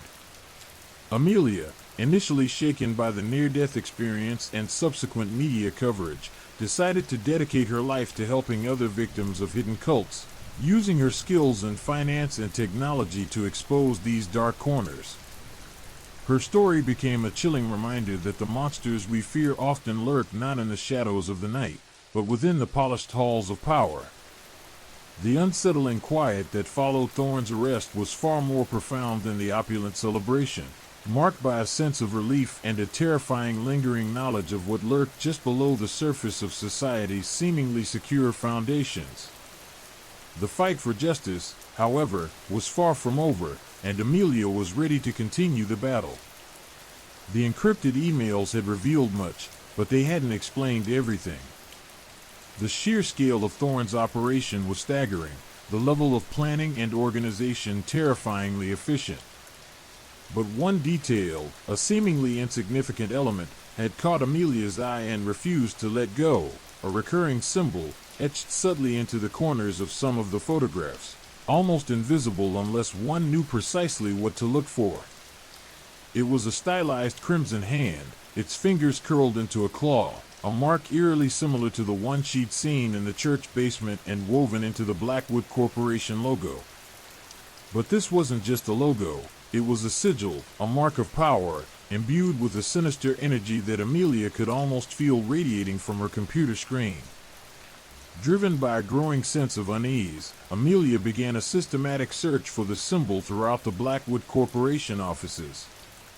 She started with her own department, meticulously examining every desk, every file cabinet, every piece of artwork adorning the sterile walls. The symbol was elusive, appearing only sporadically, as if deliberately hidden, yet its presence was undeniable. She found it etched into the base of a potted plant in the break room, barely visible beneath a layer of dust. She found it scratched into the underside of a conference table, almost invisible to the naked eye. She found it subtly woven into the intricate design of the carpets, so perfectly integrated into the pattern that it could easily be dismissed as a mere coincidence. But it wasn't a coincidence. Each discovery fueled Amelia's fear and her determination to unravel the mystery. She spent days combing through the building, her nights consumed by research into occult symbols and ancient rituals. She learned that the Crimson Hand wasn't simply a symbol of the Order of the Crimson Hand, it was a representation of the entity they worshipped, a being of immense power and ancient malice. The more she learned, the more terrifying the implications became. The symbol wasn't just a decoration, it was a conduit, a focus point for the entity's influence. Its presence suggested that the entire Blackwood Corporation building was consecrated to this entity, a temple masquerading as a modern office complex. The ritualistic sacrifices weren't random events, they were carefully orchestrated actions designed to strengthen the entity's hold on the building and its inhabitants. The chilling realization dawned on Amelia. Thorne and his followers weren't just performing rituals, they were attempting to summon the entity into the physical world. Amelia's investigation took her deeper into the building's labyrinthine corridors and hidden spaces. She discovered secret rooms, concealed behind false walls and cleverly disguised entrances. In one such room, tucked away in the bowels of the building, she found an altar, stained with dried blood and adorned with a collection of disturbing artifacts. The Crimson Hand symbol was prominently displayed at the center of the altar, carved into a dark, obsidian stone. The air in the room hung heavy with the stench of decay and a palpable sense of dread. The artifacts themselves were chilling, ancient ceremonial knives, human bones, and scrolls filled with indecipherable symbols and disturbing descriptions of rituals.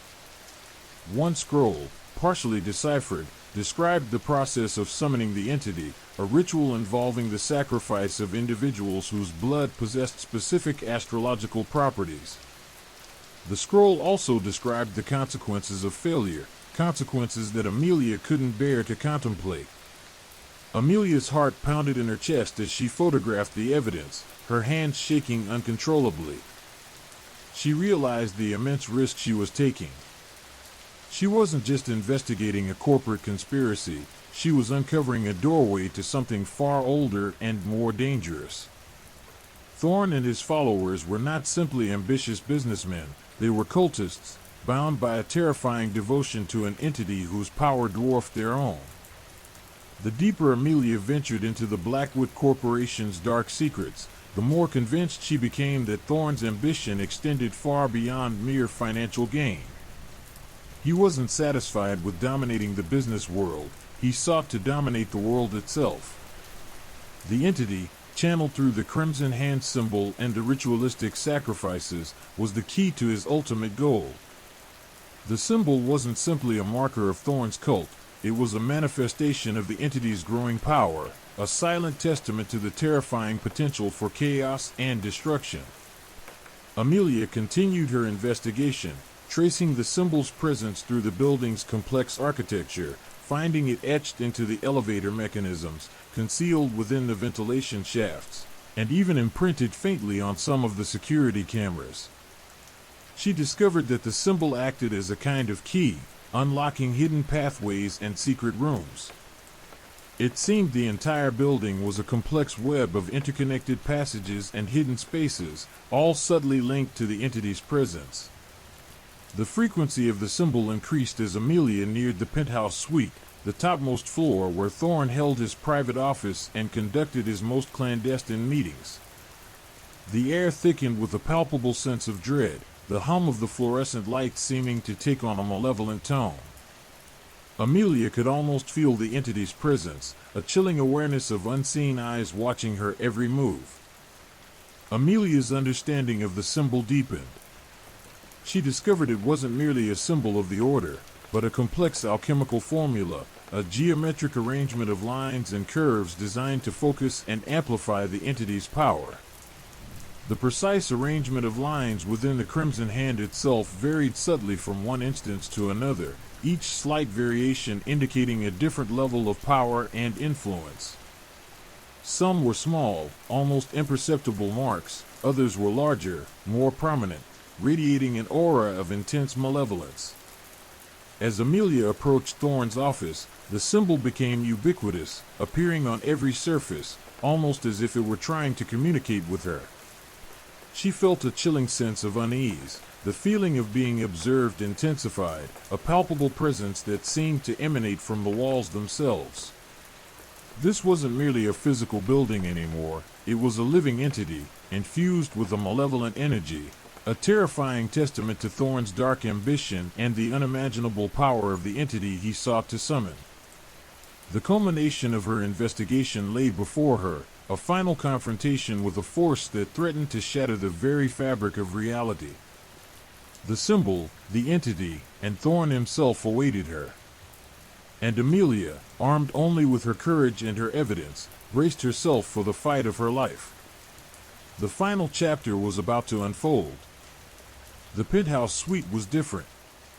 The sterile, minimalist design of the lower floors gave way to something opulent, yet unsettling. Rich, dark woods clashed with stark, modern lines, creating an atmosphere of deliberate dissonance. The air hung heavy, thick with the scent of expensive cigars and something else, something ancient and subtly acrid, like decaying earth and dried blood. Amelia felt a prickling sensation on her skin, a crawling feeling that had nothing to do with the overzealous climate control. This was more than just a powerful man's office, it was a sanctuary, a focal point. The Crimson Hand symbol, previously subtle and elusive, was now blatant. It was etched into the polished mahogany of the desk, and laid into the Persian rug, and even subtly woven into the fabric of the heavy drapes that obscured the panoramic city view. It wasn't just a symbol anymore, it was a declaration. A statement of power and dominance. Amelia examined the desk meticulously. The Crimson Hand was intricately carved, almost three-dimensional, and radiating a faint, almost imperceptible warmth. She traced its contours with a trembling fingertip, the coldness of the polished with a stark contrast to the subtle heat emanating from the carving. It felt wrong, unnatural.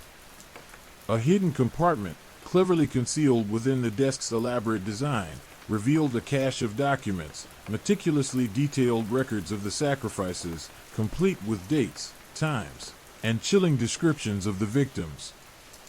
Amelia recognized some of the names: mid-level managers, promising young employees, even a few seemingly insignificant janitorial staff. They weren't just random victims, their selections were meticulously planned. Their astrological charts, their blood types, their personalities, every detail seemed to be carefully calculated and aligned with the precise requirements of the ritual. Thorne wasn't just conducting random killings, he was orchestrating a meticulously planned campaign of ritualistic sacrifice. One document detailed the Inner Circle, a group of executives within Blackwood Corporation who actively participated in the blood rites. Their names were listed, each followed by a cryptic symbol, a variation of the Crimson Hand sigil, which seemed to represent their rank or importance within the cult. Amelia recognized some of the names: Mr. Sterling, the head of finance, known for his ruthlessly efficient demeanor and his unwavering loyalty to Thorne; Ms. Albright, the vice president of marketing, renowned for her chilling ambition and unwavering dedication; and Mr. Finch, the enigmatic head of R&D, whose projects remained shrouded in secrecy. These weren't just business associates, they were Thorne's accomplices, his inner sanctum. The document went further, detailing their specific roles in the rituals, the tasks they performed, and the sacrifices they had personally conducted. The descriptions were visceral, chillingly detailed, leaving Amelia breathless and nauseous. The horror went far beyond the mere financial machinations she'd initially suspected. It delved into the depths of depravity and the darkest aspects of human nature. The carefully cultivated facade of professionalism and success was nothing but a cleverly constructed mask, hiding a festering core of unimaginable evil. Another document detailed the logistical aspects of the rituals, the acquisition of the victims, their preparation, and the disposal of their remains. The level of detail was disturbingly precise, each step meticulously documented, suggesting a long history of carefully planned and executed rituals. This wasn't a spur-of-the-moment activity, it was a well-established practice, a carefully cultivated tradition within the corporation itself. A sickening realization dawned on Amelia: the Blackwood Corporation wasn't just a business, it was a cult, a meticulously constructed machine built upon a foundation of ritualistic murder and unimaginable horror. Further investigation revealed hidden cameras strategically placed throughout the building, capturing the rituals in chilling detail. The footage was encrypted, but Amelia was able to access it using the decryption key she'd found earlier. The recordings were agonizing to watch. They showed the Inner Circle, their faces illuminated by the flickering candlelight, chanting in a guttural language that echoed the ancient tongue she'd heard in the church basement. The victims, bound and terrified, were offered as sacrifices, their blood used to stain the obsidian altar, each sacrifice strengthening the entity's hold upon the building. The faces of the executives, twisted in a mixture of ecstatic devotion and chilling satisfaction, were horrifying. The calculated efficiency with which they performed their gruesome tasks was even more disturbing.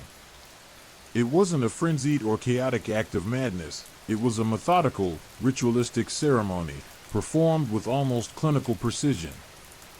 As Amelia continued her investigation, she uncovered evidence suggesting a much larger network, a global conspiracy extending far beyond Blackwood Corporation itself.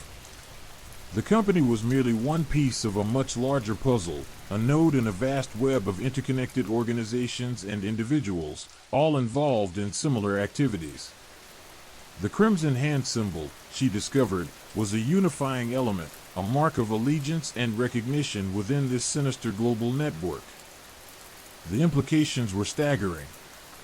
Thorne and his Inner Circle weren't simply operating in isolation, they were part of a massive, ancient cult, with ramifications stretching across continents and centuries. The entity they worshipped was not a mere figment of their imagination. It was a powerful being whose influence extended far beyond their understanding.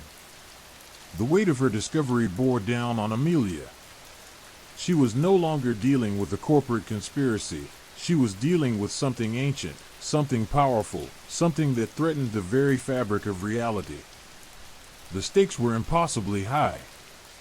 Failure wasn't merely an option. It was a sentence, a catastrophic outcome that could unleash untold chaos upon the world. The documents also revealed the methodology behind the selection of the victims. They weren't chosen randomly. Their selection was based on a complex astrological and numerological system designed to maximize the energy transferred during the sacrifice. Each victim represented a specific astrological element, a particular frequency that amplified the ritual's effectiveness. The accuracy of their calculations was astonishing, a testament to the cult's profound understanding of esoteric knowledge and occult practices. This wasn't mere superstition. It was a sophisticated manipulation of energy, a terrifying display of power. Amelia felt a chilling sense of dread wash over her as she pieced together the information. Thorn and his inner circle were not simply enacting a ritual, they were attempting to manipulate the very fabric of reality. The entity they worshipped wasn't just a supernatural being. It was a force of chaos, a primordial entity seeking to escape its prison and unleash its full destructive potential upon the world. The Blackwood Corporation, with its polished surfaces and gleaming skyscrapers, was merely a facade, a cleverly disguised gateway to a realm of unimaginable horror. The weight of her discovery pressed upon Amelia, a crushing burden of responsibility. She knew she had to act. That failure to stop Thorn and his followers could have catastrophic consequences. But how could she stop something so deeply entrenched, so powerful, so thoroughly concealed? The answer, she suspected, lay not just in exposing their actions, but in understanding the nature of the entity they worshipped and comprehending the power they sought to unleash.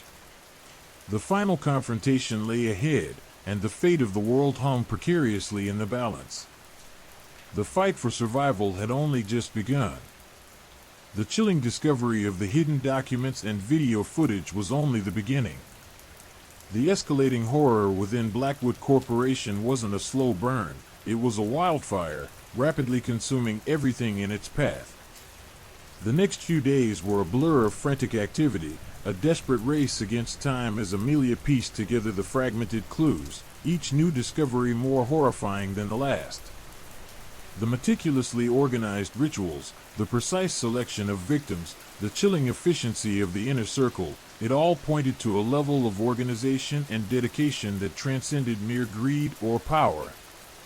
This was a deeply ingrained belief system, a fervent devotion to something ancient and terrifying.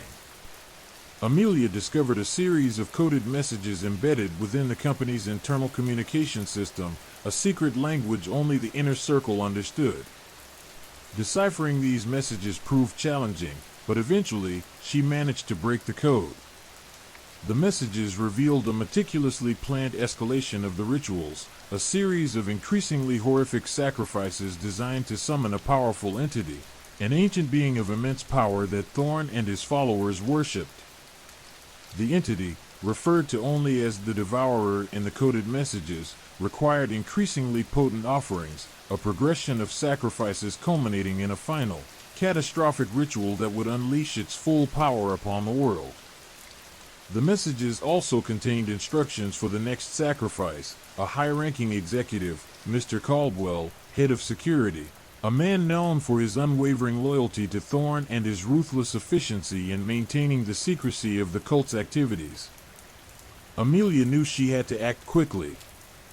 She had to stop the next sacrifice, prevent the ritual from escalating, and expose the entire conspiracy before it was too late. But the inner circle wasn't oblivious to her investigation. They sensed her intrusion, felt the subtle tremors of her growing awareness.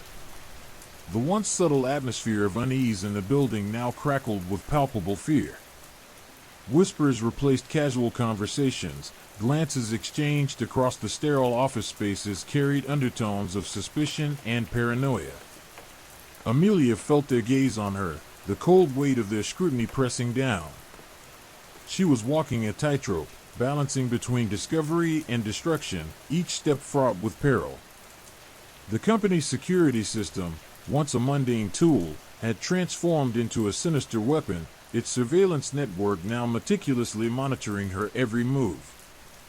The hidden cameras, initially used to record the rituals, were now actively tracking Amelia's progress, relaying her actions to Thorn and his followers. She knew she was being watched, her every move scrutinized, her every action analyzed. Yet, she pressed on, driven by a growing sense of dread and a desperate need to stop the imminent sacrifice. She tried to alert the authorities, but her attempts were met with skepticism and dismissal. The police, initially intrigued by her claims, eventually dismissed her as a disgruntled employee suffering a mental breakdown, a testament to the pervasive power and influence Thorn held within the city's establishment. The corruption ran deep, its tendrils wrapping around the city like a poisonous vine, choking out any opposition. Amelia was alone, her only allies her wit, her determination, and the growing sense of urgency fueled by the looming disaster. The escalation of horror was palpable. Strange occurrences began to plague the office, flickering lights, unexplained noises, objects moving on their own. The air thickened with a sense of foreboding, a chilling atmosphere of dread permeating the once sterile environment. Amelia's colleagues, initially oblivious to the cult's activities, began to exhibit strange behaviors, their personalities shifting, their eyes harboring a vacant, almost feverish intensity. They were becoming enraptured, consumed by the entity's growing influence. One by one, Amelia's colleagues disappeared, their absences explained away as sudden transfers or extended vacations. But Amelia knew the truth. They were being prepared for the next sacrifice, their lives offered to the devourer in the increasingly frantic efforts to unleash its destructive potential. The sense of isolation intensified, the weight of the impending doom pressing down on her like a physical entity. She was a lone warrior, standing against the tide of unimaginable evil. As the date of the next sacrifice drew nearer, the ritualistic activities intensified. The chanting in the hidden basement became louder, more frequent, the air thick with the scent of blood and incense. Amelia, tracking the cult's activities through the coded messages and her own investigations, discovered that the next ritual was to take place in the unused server room, a space hidden deep within the bowels of the building. This wasn't merely a symbolic location, it was a nexus point, a focal point designed to amplify the ritual's power. The server room itself was a cold, sterile space, filled with rows of humming servers and the faint smell of ozone. But Amelia sensed a change, a palpable shift in the room's energy. The air thrummed with a strange power, an unseen force pulsing beneath the surface, and a chilling aura seemed to emanate from a single server, its blinking lights almost seeming to pulse in time with the growing intensity of the ritual. The night of the sacrifice arrived, shrouded in a heavy, ominous silence. Amelia found herself in a desperate race against time, armed only with her wits and a growing sense of dread. She confronted Thorn, the head of the corporation, at the culmination of the ritual. The air crackled with tension, the heavy silence filled only with the low hum of the servers and the distant sound of chanting. This wasn't a fight of fists or weapons but of wills, a battle between the human will and the primordial entity seeking to break free. The confrontation was not a physical battle but a psychological one, a clash of wills between Amelia and Thorn, a testament to the power of the human spirit against the ancient, overwhelming forces of the cult. Amelia managed to disrupt the ritual, unleashing the pent-up chaos in a cataclysmic event. The results of this confrontation were terrifying but undeniable. She had stopped Thorn, but at a significant cost. The aftermath left the building in shambles, the once sleek and modern offices now filled with chaos and destruction. The very fabric of reality itself seemed to have been fractured, leaving Amelia grappling with the consequences of her actions and the horrors she had witnessed. The victory was Pyrrhic, a testament to her courage and determination, but also a stark reminder of the terrible cost of facing down ancient evils. The fight wasn't over, but the first battle had been won, leaving Amelia to face the aftermath and the lingering uncertainty of what the future held. The experience had left its mark, a haunting reminder of the horrors that lurk beneath the surface of everyday life. The acrid smell of ozone, sharp and metallic, filled Amelia's nostrils, a stark counterpoint to the cloying sweetness of incense that still clung to the air from the interrupted ritual. The server room, once a sterile expanse of humming machinery, was now a chaotic mess. Sparks showered from severed cables, the air crackling with residual energy. The single server that had served as the focal point of the ritual lay shattered, its internal components melted into a grotesque, obsidian puddle. The silence that followed the cataclysm was deafening, broken only by the sporadic hiss of escaping steam and the frantic thumping of Amelia's own heart. Thorn lay slumped against a fallen server rack, his face a mask of disbelief and horror. He wasn't dead, not yet, but the life had bled out of him, replaced by a vacant stare, his eyes glazed over, reflecting the shattered remains of his ambition and the ruin of his carefully constructed world. The power, the control he'd wielded with such ruthless efficiency, was gone, reduced to ashes and scorched metal. The ancient entity, the devourer he'd sought to summon, remained unbound, its influence lingering like a poisonous miasma in the air, a testament to the terrifying power he'd unleashed and failed to control. Amelia stumbled back, her legs weak, her body trembling with exhaustion and the lingering aftershocks of the ritual's disruption. The adrenaline that had propelled her through the confrontation was fading, leaving behind a bone-deep weariness and a chilling understanding of the depths of human depravity she had witnessed. She had stopped Thorn, but at what cost? The victory felt hollow, tainted by the destruction and the lingering sense of dread that clung to the shattered remains of the server room. The building itself seemed to groan under the weight of the unleashed chaos. The flickering lights intensified, plunging the entire floor into intermittent darkness, only to blaze back to life with a jarring intensity. The walls, once pristine and polished, now bore the scars of the ritual's aftermath, scorch marks, cracked spider webbing across the surfaces, and a lingering stench of burnt electronics and something else, something ancient and indescribably foul. The silence was broken by a low groan, a sound that seemed to emanate from the very depths of the building, a shuddering tremor that ran through the floor beneath Amelia's feet. The building was reacting to the disruption of the ritual, its very structure protesting against the violation of its hidden secrets. The devourer, though unbound, hadn't been summoned completely.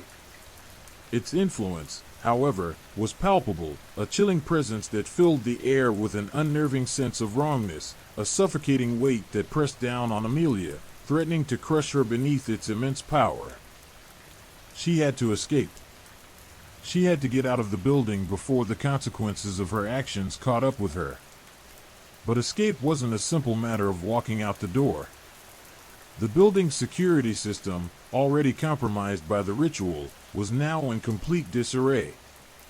The emergency exits were locked, the fire alarms silent, the once reliable network a chaotic tangle of severed cables and flickering screens. The building itself seemed to be conspiring to trap her, a prison of its own making. Amelia's mind raced, searching for a way out. She navigated the labyrinthine corridors, the flickering lights casting dancing shadows on the walls, transforming familiar office spaces into something alien and menacing. She moved through the wreckage of the ritual, stepping over shattered equipment and avoiding pools of viscous, shimmering fluid that oozed from the damaged servers. The air grew colder with each passing moment, the oppressive weight of the devourer's presence intensifying, its unseen influence pressing down on her like a physical burden. As she made her way towards a secondary emergency exit, she noticed something out of place, a figure standing silhouetted against the flickering emergency lights. It was one of her colleagues, Mr. Henderson, the usually mild-mannered accountant. But something was wrong. His eyes were vacant, his movements jerky and unnatural, his skin unnaturally pale. He didn't recognize her. He simply stood there, his gaze fixed on something unseen, his lips moving silently, as if reciting a forgotten prayer. He was one of the many victims, a pawn in Thorne's deadly game, now irrevocably lost to the entity's influence. Amelia knew she couldn't help him. She barely had time to save herself. She slipped past him, her heart pounding in her chest, the sounds of her own heartbeat echoing in the unsettling silence of the wrecked office. The desperation of her situation fueled her actions, each step a gamble against the encroaching darkness. The escape wasn't just physical, it was also an escape from the horrifying truths she had uncovered, the crushing weight of the secrets she now carried. Reaching the secondary emergency exit, she found it jammed, the door seemingly welded shut. Panic threatened to overwhelm her, but she fought it back, reminding herself of the stakes, of the lives that depended on her survival. Using a fire axe she found discarded nearby, she hacked at the door's locking mechanism, the clang of metal against metal echoing through the deserted corridors. Finally, with a groan of protesting metal, the door gave way. She burst out into the night air, gasping for breath, the cold wind a welcome relief against the stifling atmosphere of the building. The city lights blurred in her vision, the sounds of traffic and distant sirens a jarring contrast to the oppressive silence she had just escaped. She was free, or so she thought. The escape was only the beginning. She had witnessed horrors that would forever haunt her, secrets that would forever bind her to the terrifying events she had just survived. The fight against the Devourer, she knew, was far from over. The lingering influence of the entity, the shattered remains of Blackwood Corporation, and the ever-present threat of the cult's surviving members would continue to haunt her long after the physical scars had healed. The dawn arrived, bringing with it the harsh glare of reality. The police arrived, their initial skepticism replaced by a horrified understanding of the chaos they encountered. The investigation would be long and arduous, uncovering a conspiracy that stretched far beyond the walls of Blackwood Corporation. Amelia, shaken but alive, provided her testimony, her words painting a grim picture of corporate greed, ancient rituals, and the terrifying power of a malevolent entity. She spoke of Thorne, of the inner circle, of the Devourer, and of the chilling reality that lurked beneath the surface of ordinary life. Her testimony, however, was met with a chilling lack of closure. While Thorne and many of the inner circle were apprehended, many remained at large. The Devourer, though its immediate threat was neutralized, continued to linger, its presence a constant, unspoken fear that permeated the city. The victory had come at a heavy price, a stark reminder of the insidious evil that can fester in the shadows, camouflaged by the facade of normalcy. Amelia's life would never be the same. She carried the burden of her experiences, the weight of the secrets she had uncovered, the knowledge of a terrifying reality that lurked just beneath the surface of everyday life, always waiting for its chance to break free. The scars, both physical and psychological, would serve as a constant reminder of the desperate gamble she had taken, a gamble that had cost her everything, yet had ultimately spared the city from an unimaginable fate. But the question lingered, had she truly escaped, or was she merely caught in a different, more insidious cage? The answer remained shrouded in the ever-present shadow of the Devourer. If you've made it this far, you've heard the whispers. The static doesn't lie. If something felt too close tonight, it probably was. Subscribe for more tales that reach through the dark. Drop a comment below. What time is it right now where you are? And who's watching with you?